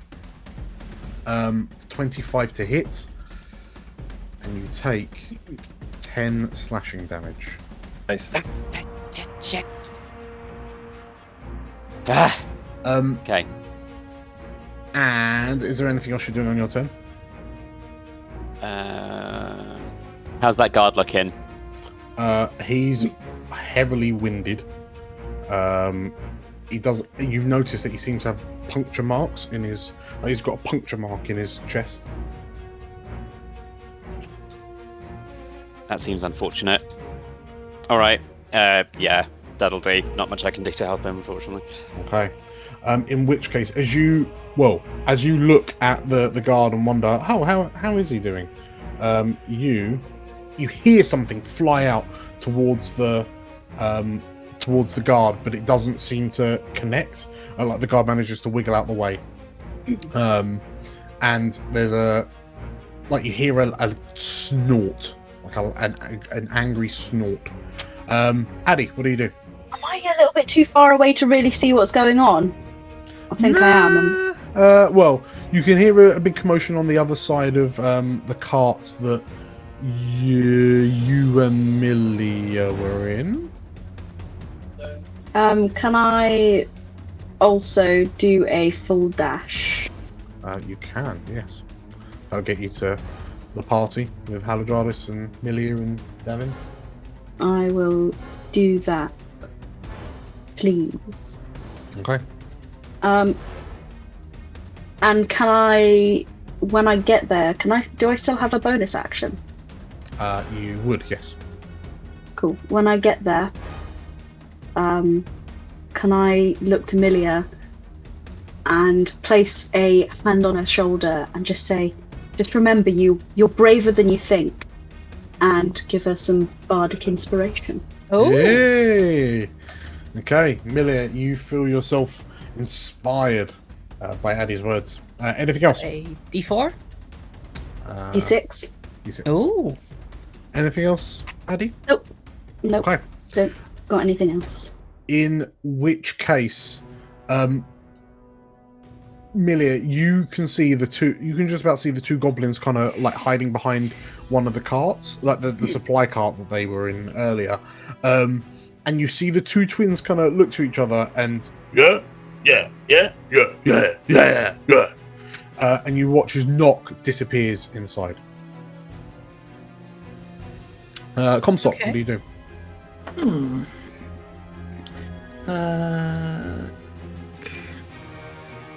So Comstock's going to sort of like get up onto the rock. Paladranus! Milia! Addie! Light it up as it comes past! And he gets his shield up, gets his sword, and starts bashing against the sword, trying to taunt the beast. Okay. Roll me an intimidation check. That will be 22. oh, Oh, very, very good. In which case, Galena, you can hear the sound of Comstock's shield, like Comstock bang, bang, bang, like smacking his shield like a bell, and you see the guard that's been wounded, buffeted back a bit, and there's a huge as something lifts off the ground. Anything else, Comstock? So would that have been an action? It would have, yes. In that case, then don't think I have anything I can do really with my bonus actions for now. So no, I think I am okay for now. Okay. Next up is Bok. Milia, you've seen that Nock went inside the car, and you see Bok climb up the top. And he like bangs his foot on the top of the roof. The bear goes to like Galena. You see horse kind of take a few steps forward and sort of like swipe and just swing at air and looks a bit confused. Haladradis, you see her kind of looking around frantically, and I told you to go inside, she shouts at Davin, and he runs in and begins hiding. And you see her kind of draw, like she prepares herself, she's looking at the sky, and then she grabs her book and begins intoning words from it, and as she does, you notice the orb on the top of her staff starting to go like a magenta in colour, as runes start to rotate around it. She seems to be preparing a spell, and she says to kind of no one in particular, "Keep your eyes open for it." The guards begin frantically making perception checks. look for an invisible shimmer in the sky, like a heat wave. Fails. He's wounded. He won't take one. She. So the next one, perception, disadvantage, fails. We can't say it! Shouts one of the guards. Let's do a third one for good measure. So the Milia, the guard on the other side of the four horses to you, she shouts, "There! I think I say it!" She says, pointing up, and it's in a she's pointing over Horse the bear's head. Victor, what do you do? Okay, so the creature is invisible, but we can still know its location from sound and... Yes. So I'll just take a shot at it with disadvantage. Okay, yes, because one of the guards are kind of pointed in its rough direction. Yeah. Yeah, with disadvantage. Yeah. Yeah, go for it. Cool. Attack. Disadvantage. Go 17 to hit. You aim, like, you're not used to just firing into blank space, but like you're kind of gauging where this woman's pointing. You guys good. Pull! Roll for damage. Nice. Go. 8 points of damage. 8 damage. Okay. So the creature rocks as you see your bullet hit something and disappear. And there's a small kind of splat that then kind of covers over with kind of invisibilityness again. But what the fuck is that, Dan? The creature is wounded, but otherwise unfazed. Level 26. What the fuck? Okay, that's my turn. Okay. Frinka, having also seen where the guard is pointed, will take a shot with her longbow. But the arrow... While she's up there, if I might go, please get down, don't make yourself a target. She says, I can't shoot if I'm hiding. And she will multi-attack and fire a second shot. But that also misses. It doesn't hit anything. You hear her swear in Wolfkin. And she thinks about it and then kind of rolls off the top of the carriage down onto the ground. Thank you. Davin is hiding in the carriage. Millie, what do you do? I'm just gonna... It's screaming against Milia's inner judgment, but she's just gonna turn to Haladradis, put a hand on her shoulder, and just go, we've got this. And I'm gonna cast Bless on Haladradis, Comstock, and Frinka. And Frinka. Okay. Thank you. Frinka. So, Comstock, you feel that kind of warmth kind of emanating, like glowing in your chest. As kind of light exudes from... It's like an Aurora Borealis kind of effect that's swishing around them, right? Yeah. Okay, beautiful. In which case, after Milia... you all hear a whooshing overhead, and Victor. Yes. Ooh. A globule of acid fires out towards you, but you manage to jump out of the way, and it strikes the rock, and you watch as the rock that you were stood on starts to bubble and melt away. Nice try, pigeon! Galena. Right, okay. Pulling another one out of the pouch. Gonna... Scramble out from under the Scrambling coach. out from under the caravan, nestle myself amongst these horses. Do I have a bead on it?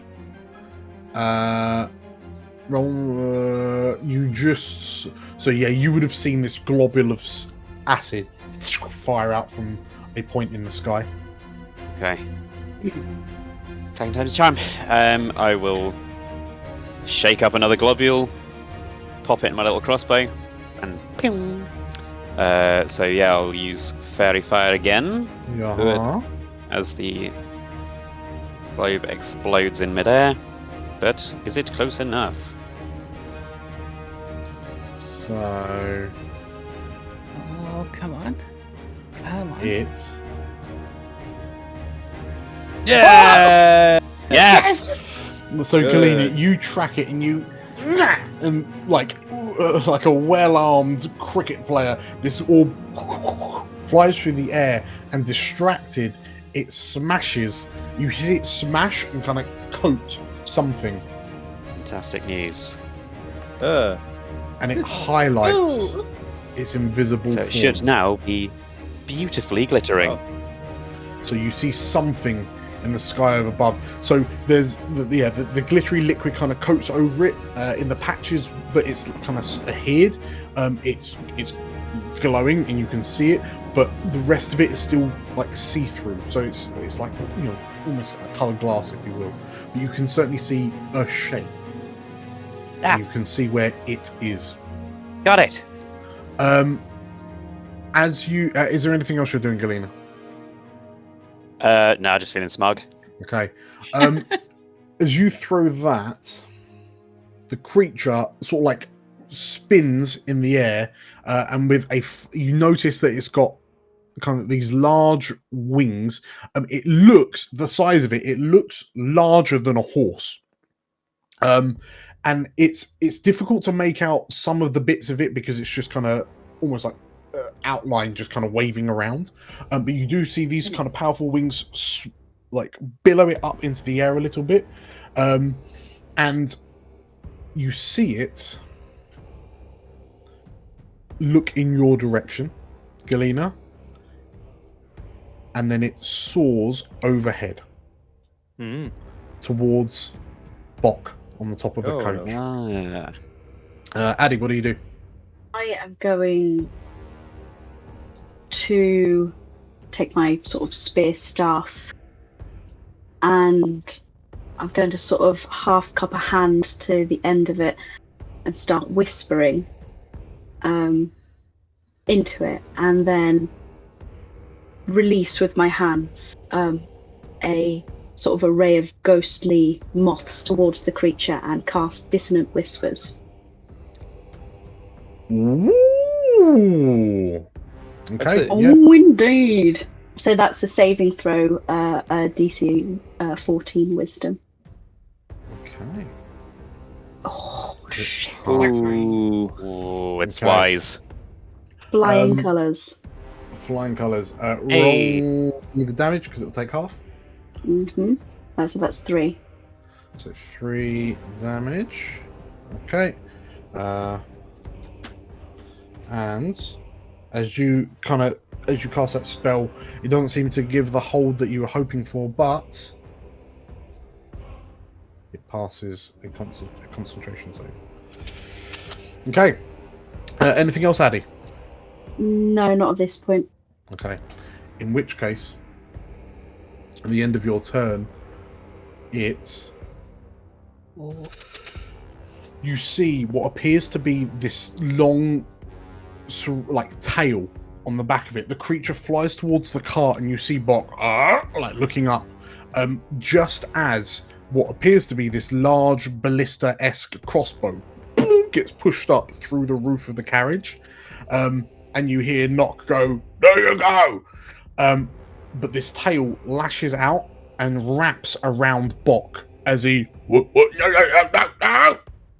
And Bok is wrenched up off the top of the carriage and smacks his head on the ballista as he goes. And it appears that Bok is now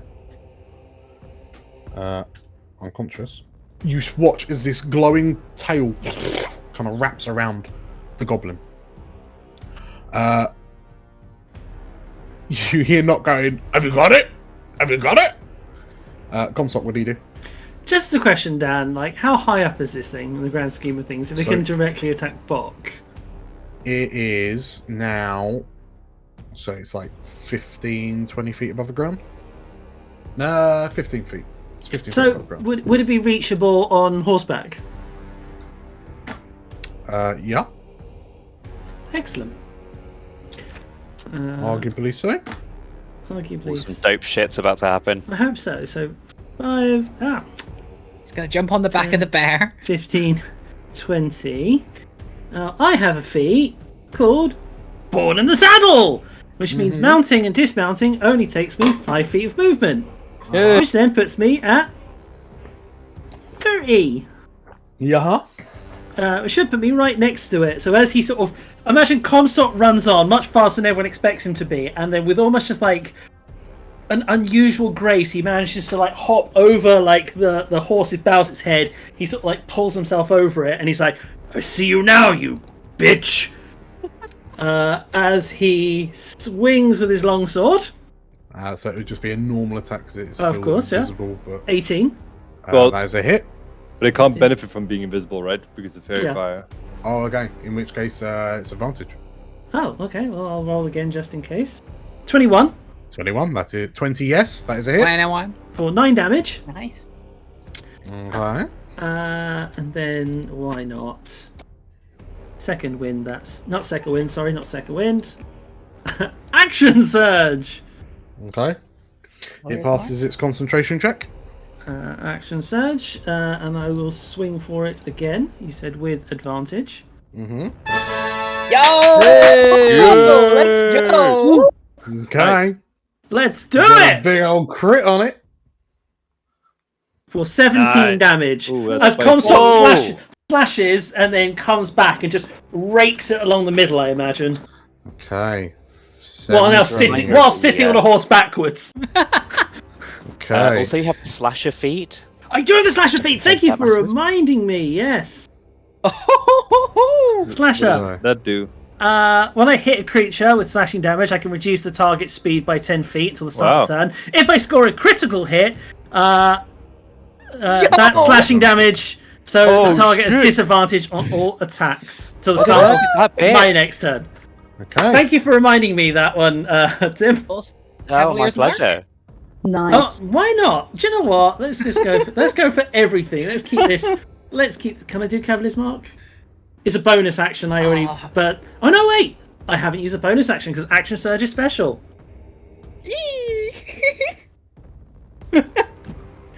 Unwavering Mark. The creature has disadvantage on any attack that doesn't target me. Okay. So it basically has advantage on everything. Yeah. On everyone but me. No, everything. Everything. Slasher. Yeah. Oh yeah, that's a good point. Slasher until the start of my next turn, and then after that, Unwavering Mark. It's everyone but me.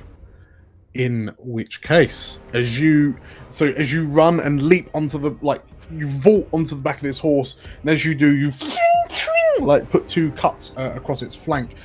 You see gouges of red kind of slide across the where you assume this creature's flank is based on the outline of the purple glow, and you are rewarded with a pained roar from the creature. Anything else, Comstock? I think I've done more than enough. Don't you think? I think that's literally everything you can possibly do. I can, yeah. In which Galena's case, just like soaked in blood, and she's like, "Yeah!" Bathing as it falls down, like little vial. Just you watch as Bok and the creature at the end of your turn soar 35, an additional 35 feet up to be 50 feet in the air, so you get a opportunity attack if you so wish. I will happily have an opportunity attack. Advantage still, so 21 That's a hit. for 11 damage. Speed's also reduced by 10 foot. Yeah. And it takes 11 damage and makes another concentration check. So, Comstock, as you slash at it, you get a grievous wound on it. It roars, sort of like turns to look to you, and you see 6 glowing shapes, like glowing lights, roughly kind of in a line.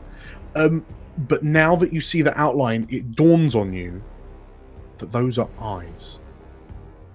And as you thrust at it a third time as it soars up, something happens, and you watch as the space between the glow of the fairy fire of Galena's kind of glowing ooze begins to fill out with what appears to be this thick, rugged brown fur. You see what appears to be an avian-like claw on its front leg just kind of begin to materialize, and you see something that does not Oh my. make sense. Oh. It's a deer fly cloak. It's an owl stag snake, like the Oh, owl stag bear's snake. distant cousin. Like that Alstack snake, yep. So, Official name now. Official name. it's got the body of what you would assume to be like a mountain lion or something feline. It's got the front legs of a. It's got avian front claws. It's got these big, billowing, feathered wings. But it also has 3 heads. The one closest to you is that of an elk's head. And behind it, to the elk's head's right, is an owl head, and to the back left is a snake head. That is terrifying. Oh, Kill it, kill it. Thanks. I hate kill it with fire. Oh, why All does the it say fire. 3D? And it is now, it sort of like, it has Bok wrapped in this what looks to be like this long, slender, kind of reptilian-esque tail, and he's just kind of coiled up 50 foot in the air. On his turn, Bok makes a death save. Shit. No. Oh, private dice, Dan. Mm-hmm. Fuck this shit. Horse, the bear, just looks up and like roars angrily, and Haladradis at this point smiles and got you, and she releases the spell that she was casting as she slams magic missiles into the beast. Solid. And the beast takes 16 damage. Shit. As she does that, with another roar, the creature takes a shift and begins to fly away. So how long does the 10-foot speed reduction last? Until the start of my turn. Okay. It begins to make off with its goblin prize. The guards, of which there are 8, I believe, don't have crossbows. Who's responsible for them?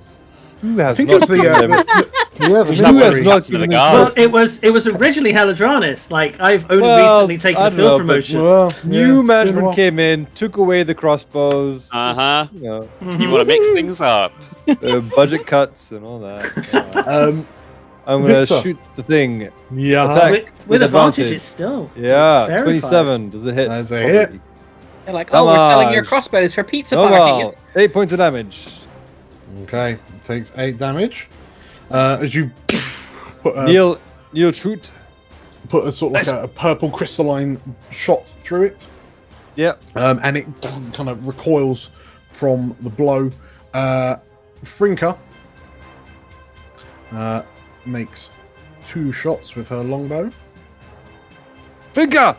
How come you make 2 shots and I do 1 shot? Because I'm better than you, she shouts. Doesn't seem so. But she, the thing does an alien roll and spins round, and the arrows whiz past it. I think you missed twice as much. You hear a voice from the carriage going, "Is it over yet?" Millie, what do you do? Sorry, at the end of Davin's turn, it will use another legendary action to move another 40 feet. Yeah, Melia, what do you do? Panicking. Just look up and Do your thing. Do your thing. what would she do? What would she do? Use the book. No. Break the seal. Absolutely not. Do you want another Unleash the- eschaton? Unleash the power. Anything like super long range you can help the little goblin out with? Nope. Yeah, firebolt. Crit it. Double crit again. You can do Yeah. it. Oh, we Yeah. believe it. Step forward, padlock back on my sash, same golden dagger out, point, and fire again. If you crit, I'm gonna lose my mind. Let's find out. Okay, roll to hit. No. That is a 18 hit. though. There's a hit there. 3 fire damage. for 3 fire damage. And so you watch as your divine flare fly towards this creature. As it impacts into it and the fire kind of bursts out, you watch as the flame gets absorbed into it. It seems to have been wounded, but it seems to have absorbed it. Barker. Oh. Okay. Some kind of fire. It didn't. Right. Anything else, Milia? That's it. Okay. In which case, at the end of your turn, it will use its third legendary action to move 40 foot. And on its turn, it will then dash 80 foot. At this point, Haladrar, like watching this thing fly off into the distance, Haladradis kind of looks around, and sort of like while through all the commotion, you see a head pop up from the nearby cart, and Nock is kind of look around and where's Bok? Wait. Haladradis looks up to the goblin, looks to you, kind of gathered around her, and she swears, and she like swings her hand up, and this ghostly hand emerges from her palm, and the hand like flies across and unhooks a number of the bridles on the horses, and she leaps onto the back of one of the horses. Turns, there are a number of horses just kind of loose now. She looks to you and, "Are you coming with me or not?" she says. As she kind of gestures to the horses. She looks to you, Galena, and perhaps these are too big for you. And then she looks to you, Addie, and perhaps they're too small for you. But Galena, as she says that, you hear a whinny from one of the other nearby carts, and that's the one that's been pulled by the Shetland ponies. Hey. I respond, I don't need it, and immediately change shape into a Before you elk. do, as you say, I don't need it, you also hear a ursine roar from Horse the bear, as it like roars You have after a mount. the creature. Okay, I jump on the bear. Yay! And in which case, as you all kind of mount up, she shouts to Frinka. I'll probably rather than ponying it, because I don't have much faith in their speed, I'll see if Comstock's happy just swinging me up onto the back of his. Yeah, I imagine Sure. like before you even get there, Comstock's like, Galena? Okay, Sweet. so in which I'll case, do the Legolas thing where I'm like, whoo, and swing around the whole thing. Dim Somehow. I feel like we may be turning out of initiative. But Well- Victor still has a few more shots left at high range. I see on the weapon it says 200 feet. So maybe I have one shot left? Which obviously with the fairy fire Well- that will negate the disadvantage. yeah, okay, you can make your final shot. Okay. As she shouts to you because there's a horse spare for you, Victor. Yeah. Oh, I can't do that now. Can I do that? Sorry, I'm just checking if there's a range on Hunter's Mark. So, well, as an aside, at the end of its turn, it's 185 foot. It's at 200 feet. You get one last shot at 200 feet. Okay, it's 90 foot for Hunter's Mark. Okay, just one shot. Do it. Okay. Big crit. Be nice. Normal roll. Attack. Normal. 17 to hit. That's a hit. Oh, 2 tag it. damage. Normal. 9 points of damage. 9 points of damage. Okay. You could just imagine that in a cinematic, just like following along, just going out range, and then just. Yes, and you watch as this magic shot flies through the air and like strikes the creature in the back. Is Victor the kind of person he'd take the shot and then just like walk away? It's like, do you even know if he hit it? Oh, I hit it. In which case, one of the horses is brought round for you, Victor. Are you mounting up? Yeah, mine up. Brill. In which case, Halajardis looks to you and, she looks to you, Comstock, and do you approve? She says. Let's get our man back. In which case, as you all begin chasing, as you burst out of the parked kind of caravan carriages and begin chasing after the creature, we'll call it there. Oh. Hey. Oh. Save Bok. Ooh. Save Bok and or knock. I haven't learnt to tell them apart yet. Hashtag save Bok or knock, yeah. Love it. Congratulations, everyone, I'm leveling up. on completing session 6. Oh, one day.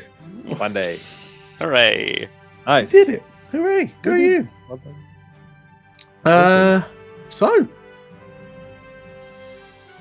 So Yeah.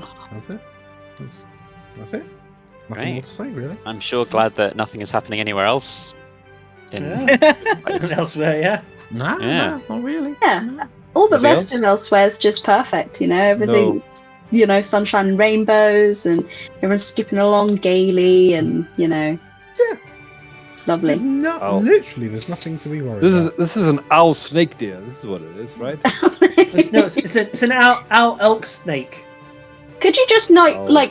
not settle on what monster that you wanted? So you just thought, "Okay, I'll just choose all three and just slap them together." Threw the monster's guide into a blender and just picked out 3 pieces of paper. Like, Went got for an the snout. elk, owl, snake. Aerolith. Basically. So, thank you all for playing. Thank you all for watching. I hope you enjoyed it. If you did enjoy it, then you should 100% hit the like button and leave some comments down below detailing in vague detail what exactly it is you enjoyed.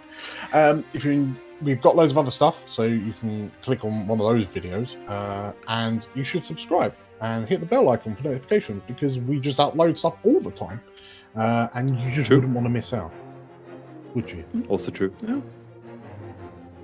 So, with that said, thank you, everyone. See you next time. Thank you, Dim, then. Bye, Bye. everyone. Save. Yeah. Hot on the heels of the mysterious creature, our explorers race to save the dying goblin Bok from a gruesome fate. Backed up by the wizard Haladradis, will they manage to catch the monster and bring its tyranny to an end?